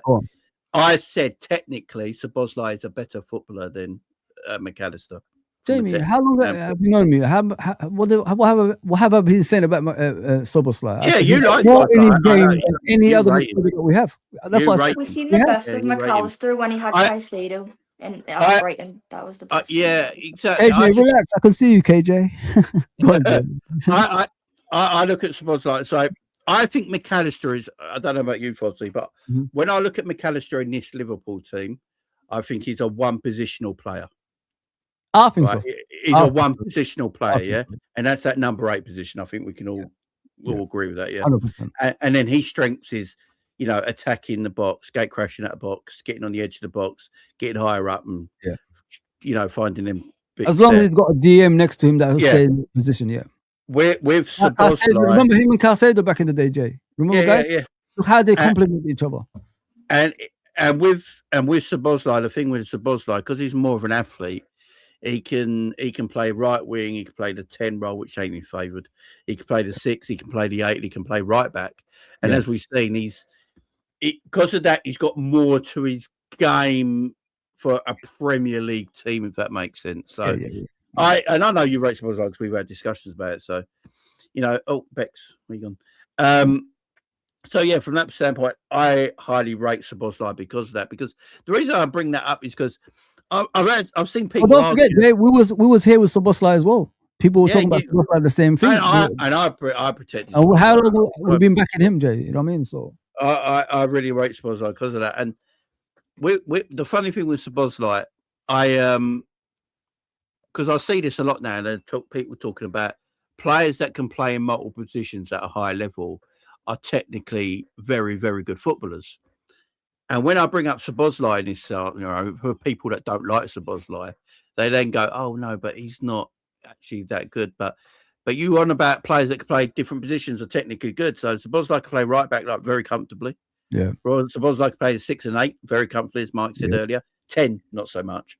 But in at 6 and 8, he won the Premier League with him as a number 10. So the right hand side, right back, he can. If I'm letting go of a midfielder, it probably would be McAllister because he's, apart from Mendo's the oldest of the lot, he's probably the slowest of the lot as well. And defending wise in transition now, when balls are moving quicker and players are moving quicker through the midfield, he does get caught out a lot in there in defensive third. So that's the reason I would let go of McAllister. I don't think the club are going to let go of McAllister because I think they're going to let go of Curtis Jones. And the reason I say that is Tottenham were rumoured to be liking him in January transfer window. Nothing came of it. The Inter Milan thing came out of nowhere. And the only reason these things come out is because agents have been talking and they know Curtis Jones is available. So for me, Curtis Jones gets sold in the summer. Liverpool make pure profit off him because he's a youth player, homegrown. You make pure profit on it. I think McAllister, Szoboszlai, and Gravenberch get new deals and Liverpool buy a new midfielder to go with them. That's what I think's going to happen. But yeah, it's interesting. And the McAllister thing, I can understand people I can understand Fozzie and that everyone for bringing out their points and defending his calls because I get it. There is a player there. And then people come back at me and say, McAllister scored the other day. You hate him, Jay. Again, his ability on the ball is different to his ability off the ball. That's where I sit with Mac. I just want to quickly talk about one more thing before we leave, guys. There's a rumor that I heard. I can't say too much on here, but I can just tell you about the rumor that I've heard. Then I could tell you guys privately. Liverpool apparently looking at Morgan Rogers in the summer from Aston Villa. They were looking at him last summer as well. They were looking at him last summer, but he didn't persist. Is that somebody you'd like to see on in the Liverpool shirt next season, guys? Morgan Rogers got pace, can play off the right, can play off the middle. If Salah's going to leave and you just want a bit more pace off that right hand side, maybe. Do you think Morgan Rogers can be that guy? Can play off the left as well. If you're not interested in Jacquet playing there now, can play multiple positions. Very versatile, very athletic, very quick. Can get a goal. Can stand out in games. What do we think on the? If the rumor that I've heard is true anyway, I don't know if it is true, but I'm going to put it to you guys about Morgan Rogers. I'll go to you first, Mike. Yeah, go for him. Premier League English tax, pace and power merchant. Yes, he has ability, but a lot of his ability is physicality. To me, I don't want him playing over Szoboszlai or Gravenberch when Szoboszlai and Gravenberch are on it. And if I'm going to get someone to evolve past Mohamed Salah with, I would like a technical right winger, not someone who's going to drop in and play as an 8. I want an out-and-out touchline creative winger, someone who can beat a fullback one-on-one, someone who can score on the cut-in, someone who was born and bred to play on the right-hand side in attacking positions. So, again, I think Morgan Rogers is a good player. Do I think that there are better midfielders that would be available in the summer? Yes. Do I think that those midfielders are not Premier League proven? Probably. I don't know. I mean, I've watched the guy play. There's nothing that screams like, oh my God, I gotta have this guy in any way. There's nothing that stands out to me as like that has world-class potential. And I don't know where are we gonna fit him? Like, is a starter for Aston Villa gonna just come and rotate for Liverpool, who didn't win the Premier League? That doesn't make a lot of sense. What happens if Villa finishes above Liverpool? Why would when Villa is in Champions League football? Why would Morgan Rogers leave his starting position to come play second fiddle at Liverpool Football Club? A lot of ifs, ands, and buts, but I know would that you there's a have lot of him, people. Mark? Would you have him if he's available? No, I think that there are better options out there that you can get. They might not be Premier League proven. There probably are Premier League proven midfielders that will be available, but again, I saw Morgan Rogers against Liverpool twice this not twice this season, but earlier this season. He hit the post, but outside of that, I was very underwhelmed by the entire Villa midfield. And again, people love to forget when looking at this Villa team that are so high up in the table. Look at how many points they have secured from losing positions. It's like historic. It is a unprecedented And the goals amount he of was points. scoring, Mike, it wasn't It's sustainable. unprecedented. So, True. Villa are doing very good. There's going to be tax there. There's going to be Premier League tax. There's going to be English tax. Like, you're talking about all these other intangibles Big that Six add money. tax. Yeah, I don't want that. Like, there are better options in other leagues at the central midfielder position. We got so much juggling to do. You got Curtis Jones, you got McAllister, you got Gravenberch, you got Sobos. I got 4 different 8s. I can only play 2 of them. You want me to buy another one? Yeah, well, I mean, that doesn't make – then he might as well not be someone who starts wherever he is, and it better be some guy who's like 21, 22. And you better hope that if you're going to keep all these 4 at least. And I haven't seen anything convincing that says McAllister's going to go this summer. But as a player – no, I don't. I think Morgan Rogers is good, but I don't want good. Like, I'm Liverpool. I'm trying to win. You want something that's major trophies. Yeah. I need something that's good that has the potential to be world class in the next 24 months. Yeah. I don't think Morgan Rogers has the potential to be world class. Fozzie? Listen. Me and Mike don't agree a lot, but I agree with him with this one, mate. I think we need an out and out winger on the right hand side and on the left hand side as well. I want to go down the route. I don't know if you guys agree with me with this one. I want to go down the route of, like, obviously doing something similar to what Salah does, and obviously what we had in the past with Mane and that. But I want the players, like, when the games are difficult, they can switch over as well. Sometimes we could have a left-footed player on the left and right-footed player on the right. If things are not going according to plan, we can't open up deep line defending teams. So they could just switch up and then switch. I mean, things like that. That's what I want to see. But with Morgan Rogers, it's like Mike said, we've already got players like this at the football club. We don't need any more of the same players already there. Where is he going to fit in? I mean, I don't think he's going to get past players on a regular basis on left. So that's out of the question. He's more of a number 10. Obviously, plays behind the striker. We already got that. We've got few players in that position. So he's not going to fit at Liverpool. And it's like what Mike said, the English tax and all that stuff is going to cost a lot of money. And I don't think, like Michael said, it's 100% right on that one. He's going to ever reach a world-class stage either. So I'll go to the players that fit the Liverpool system, but, can be more optional in regards to, like, switching things and all that stuff. I want a winger that, obviously, we're never going to get someone like Salah that scores over 20 goals a season. That's a freak. That's never going to happen. We could get Elise and someone that at least 12 goals, 13 goals a season, creates a lot of chances as well. Something like that, in that kind of, direction. That's what I want. But yeah, I'm sorry, Jay. I'm not a Morgan Rogers guy, man. I think he's Tottenham level, like just below, maybe. So I think he could go to Tottenham. Yeah, you go for it. What do you think of Morgan Rogers being linked to Liverpool? I think he's a good player. He's had a great season, but I think another point, the reason he's had such a good season is because people didn't think Villa would be playing as well. So they've allowed them to have more space, stuff like that. So this half of the season now, because Villa top 3, can't really remember which one, cemented themselves in top 4, in my opinion. So now I think teams are going to be more wary, start backing off, dropping back a bit. Yeah. Not affording as much room, and that's the way we play constantly. We're never really afforded any room. We play a lot of low blocks, as Slot always says. So, don't think he'd be a good fit whatsoever. Jay, you think? You like him? Yeah, I'd have him tomorrow. Yeah, Oh, yeah, I'd have him tomorrow. He's not I getting just- minutes though, Jamie. Where's he getting the minutes?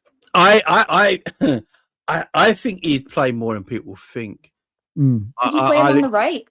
Yeah, I'd play him either right or left wing. I really would. I think he's got the pace and attributes to play them positions, and yeah, he can play the 10 as well. I actually think he's better off the wide areas, cutting inside off the wide area with his pace and agility and his physicality. So yeah, I would go for him. You know, I think We can Liverpool get do better really than like that him. though, Jamie. Mike was right. We can get better than that. Like, think about it. If there's some way, and I don't know, it's probably not possible, but maybe if we just give Bayern Gakpo, did some sort of deal, took some money off the Elise, would you not rather Elise? Yeah, I like Elise. I think he's the second best right winger in the world right now. But if Elise is available, I say go for Elise. I just think I look at Elise and go, he's going to cost you 120 mil. You know, Rodgers won't be much less, Jamie. I reckon they're wanting 80 plus with the season they have. If I get Rodgers straight, He is homegrown though. He is homegrown, so that's another thing. Yeah, and I think we need more pace in our team, even if he plays in the midfield in that 10 and Burts goes off to the left or something like that. It gives you a bit more dynamic approach in the attacking third of the team as well. So yeah, I like He Rodgers. scored a great goal against Man United. I remember that finish. Yeah, I think he's an extremely talented footballer. That I'll be surprised. There's no disrespect to Villa. I'll be surprised if they keep hold of him for much longer.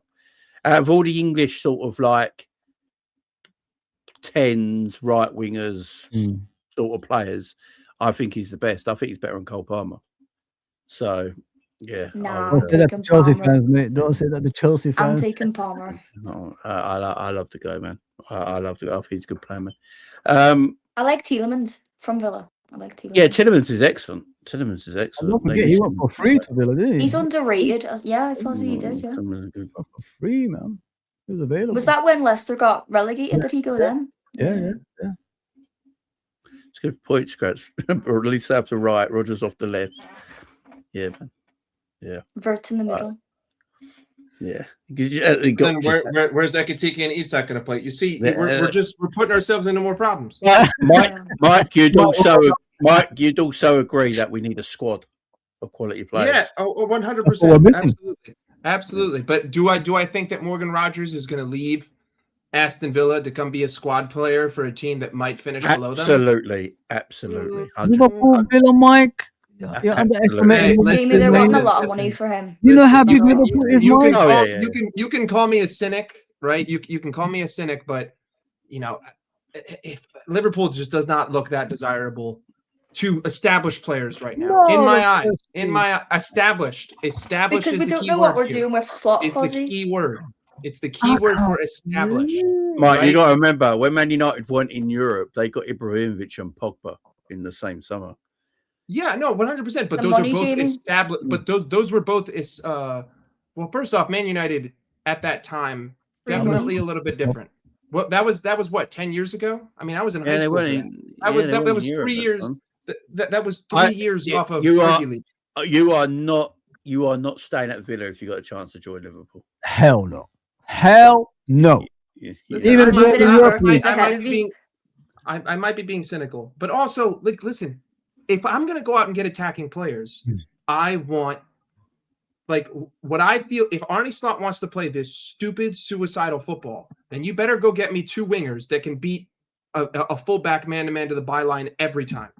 You need to basically, what you need to do is you need to go into a science lab. You need to make Jeremy Doku, but make him 5 inches taller and make him better at shooting. That's it. Better end product, Jeremy Doku technicality, 5 inches taller, boom. 2 of those and your money. But those don't exist. And this isn't a video game, and I can't just create a player out of thin air. So that's where we maybe should have got Semenyo though, Mike. He's got. I'm not all in on Semenyo. You're not a Semenyo fan. We tried, Becky. We tried to, convince him. He doesn't want it. No. But also at the time. Do you agree though? He'd be better than what we have right now. Oh, hell yeah, me, yeah. Come on, man. Mike, do you? I think a lot could be better than Cody Gakpo, but the issue is, do I think that Semenyo's levels above Cody Gakpo is a different comparison to the difference that level would make to the results that we would then achieve. I think Semenyo would have provided more, but we're talking about going from an F to a C. Like, if it's a letter grade system, I'm still technically failing. You don't want to go home and give your parents you don't want to give a report card to your parents that says C. Like, no, they're not going to be proud of you. They're going to say, "What are you doing? You're throwing your life away." You want to bring back an A. I don't think that Semenyo was going to bring us to an A. That's a lot tactically based, but again, I'm basing it off of how we're playing now. If we get a different manager, I'm sure my opinion would completely change, and I would say, That's okay, fair. given how he's going to play, maybe we're gonna change the kind of profiles that we have. But I would have liked him, Mike, because he can play off the right and left. It would have gave us options. Do you know what I mean? We wouldn't have to stick him on the left and keep him there. Could have played him on the right sometimes. Come on, baby. I got a question. Who's a better ball carrier as a winger, Barcola or Doku? I don't personally watch enough of Barcola. What in terms of dribbling past people and just a better ball carrier on the wing. Just getting to the byline. Yeah. I feel like Doku is better at getting to the byline. Would anyone want Doku in their team? But to be fair, I don't want Bradley Barcola in my team. So no, this is where I'm getting at, because if he was on the Klopp, it would be brilliant. Let me just put is it out. Bradley Barcola that much better or worse than Semenyo? Barcola. I don't think Barcola's scoring the same amount of goals Semenyo did in this league. That's just me. I think Barcola is very creative. He's got a ceiling in it. He's young. Yeah, he's very creative. I think Semenyo as well is a good player as well. I don't like when that topic was coming up about Liverpool fans are going, "Oh, Semenyo or Barcola." I don't think there's like this difference between them. You can, it depends on the day. I think maybe Barcola's a little bit more creative, and he's quick. He's lightning, and he's very quick. I mean, Semenyo's not slow, but he's not as quick as Barcola, obviously. No. But Semenyo can get goals as well. He can score goals, and he's versatile as well. He can play right or left very comfortably. He's very two-footed footballer as well. So, if Liverpool, this is why I wanted Semenyo, because his ability to play either side of the pitch. That's exactly why I wanted him. Strength on both feet. Because he could have did Salah's position, Jamie, when he was at AFCON. Yeah, exactly. He wanted City. He didn't want us. He wanted City. I like Scraps. Doku's beating the player, but the end I think Semenyo's end product might be in the Premier League a little bit better than Doku's, but I think a lot better, Jamie. I think they're good, both very good wingers, but I would have liked Semenyo, man. I think Semenyo coming on, playing off that right, off that left, playing in the Premier League already, knowing it, scoring goals in the Premier League comfortably. I think the second top goal scorer in the league or something. You know, he was for a while. He's a good footballer, man. He's a good player, and I think Liverpool missed a boat with him a little bit. And then Doku's probably going to cost what? And isn't Semenyo homegrown as well? He's born in England. He was bought from Bristol, wasn't he? Yeah, he was born here. He's born in England, so yeah, man. That's bad, man. I think he's a good player. I think a lot of people are harsh on Barcola as well. Barcola, how old is he? Was he 21, something like that? So he's still got time to improve as a kid. He's a kid. Yeah, so like we said earlier, guys, like if you look at French players, they always perform in the Premier League, don't they? Rather than German-based players. So he'll be settling in like a house on fire, I think, at Liverpool if he ever arrived at Liverpool. That's just because League One is similar to the Premier League. There you go. I think you said that, Mike. I think I took a few, Mike. I think you're the one who said that before. I'm sure. Ahmed, the Chelsea fan, is the one. He watches a lot of League One, and a lot of the people who I know who watch a lot of League One, they say the same thing. League One is we missed the trick very similar. Oh, that one, man. Big time. Can't believe that. That's a. Well, imagine him with Wirtz. Look, if Liverpool can get Semenyo, I think Liverpool should be all over Doku. That's just me personally. That's my camera. We should be all over Doku. Like Semenyo and Doku just make sense for us. He would For frustrate wingers- the fans though with his end product, the same like Jacquet does. He would just frustrate the fans. Oh, the thing is, I mean, I think he got 40-yard GA last season, didn't he? So He played so well against us. It's the one game he's played well this season, and he absolutely played unreal against us. I can see Barcola being a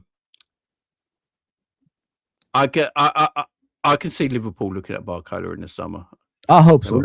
They were looking at him last haven't got summer, weren't they? Semenyo, I think he'd be a good option. I honestly Yeah. think. For me, it's just his age. I like Rodrigo. I know he hasn't scored in a while, but I do like Rodrigo. Nah. After what I saw Real Madrid the other day, the way they behaved, nah.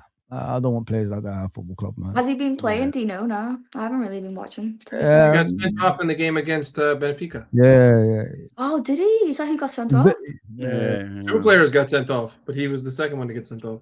Quick thing, how random is this, guys? Jude Bellingham has his own app where he updates people on like his stats, like his game time. He just it's really it's mad PR. Like, Does he?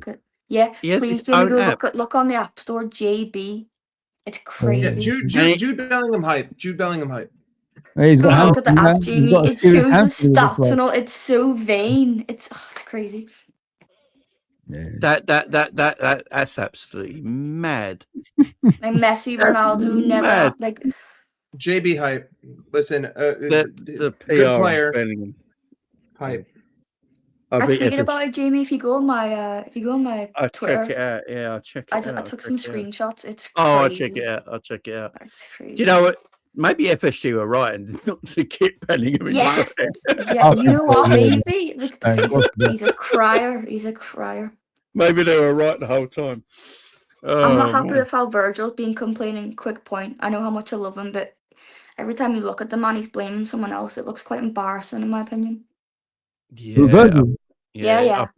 Virgil's trying to please everyone, I think, at the moment. No, but it's He did too constantly, much. constantly blaming other people when it's been like 0.1 seconds, the mistake happened. So how could you possibly be blaming someone that quick? He's just, never looks inward. And I love him. He's my favorite player of all time. Like, but he never looks inward, and that really pisses me You off. got he's aging, isn't he, Becky? Like when you're when you age, I'm an ex-footballer myself. Your legs ain't the same no more, so you're just gonna shout at anyone when things go wrong. Yeah, That's but it's and his attitude. I don't really like it. Like you become very forgiving as well Yeah. when you get older as well, don't you? That's So how it's it just, he's just he's probably just trying to please He's doing too much. people at the moment, but he's trying to be a captain, ain't he? That's what he's trying to do. But 3 assists, say only defender to get 3 Champions League assists in the same game. Mhm. Yeah, I'll tell you what. Lately, I don't know if you guys have noticed, but Virgil basically plays midfield right now. He's basically a DM, isn't he, Jamie? Like, Yeah, me and he you just- chatted about this on He your did watch everything. alongs. springs the ball everywhere. He just When sits on the halfway you line. see that, Jamie, does age matter? He's 35 this year. Like, he's doing things like that. The thing is, though, he's a better passer than probably all our midfield. That's the thing. I remember he could take free kicks as well. I remember him at Celtic when he used to take. Yes, I've seen that clip. Fuzzy, did you ever see him run the pitch too? Did you ever see him run the? Yeah. At Celtic, I used to watch Scottish football back there. Yeah, Virgil's a good footballer, man. But Celtic's quite big. Where I live in Derry, like people love Celtic, so Yeah, they got a big Irish support, ain't they? massive. All the Gaelic support, ain't it? Yeah, Right, I prefer Celtic than all the Irish teams. VVD is our DM because midfield can't pass, so I said Scraps. But apparently, Mac is a world-class passer. Scraps, don't you? Yo. He might have quietly, though, he might have a point. Right, that's we're going to end it there, guys. We almost been like 3 hours, so it's been a great one. It's been a good panel show. Really enjoyed doing these when I can do them, and today I felt like doing one, and it's been fun, man. Make sure If you you smash a still doing like. those Tuesdays, Jay, I'm there, bro. If you need me, Yeah, I'll be there. bigger. Yeah, we're trying to do Tuesdays as much as we can. Obviously, part of the list it's Champions League nights and stuff like that. But No worries, bro. yeah, we're trying to do these panel shows a little bit more. Mike, thanks for coming on, man. Appreciate you. Big As always. Yeah, Mike. And Bex making a Jimmy. debut on the show as well. Be out of Bex. Go Brilliant. and subscribe, Brilliant. everyone. Mike, Please. you need to start saying Mike on the mic.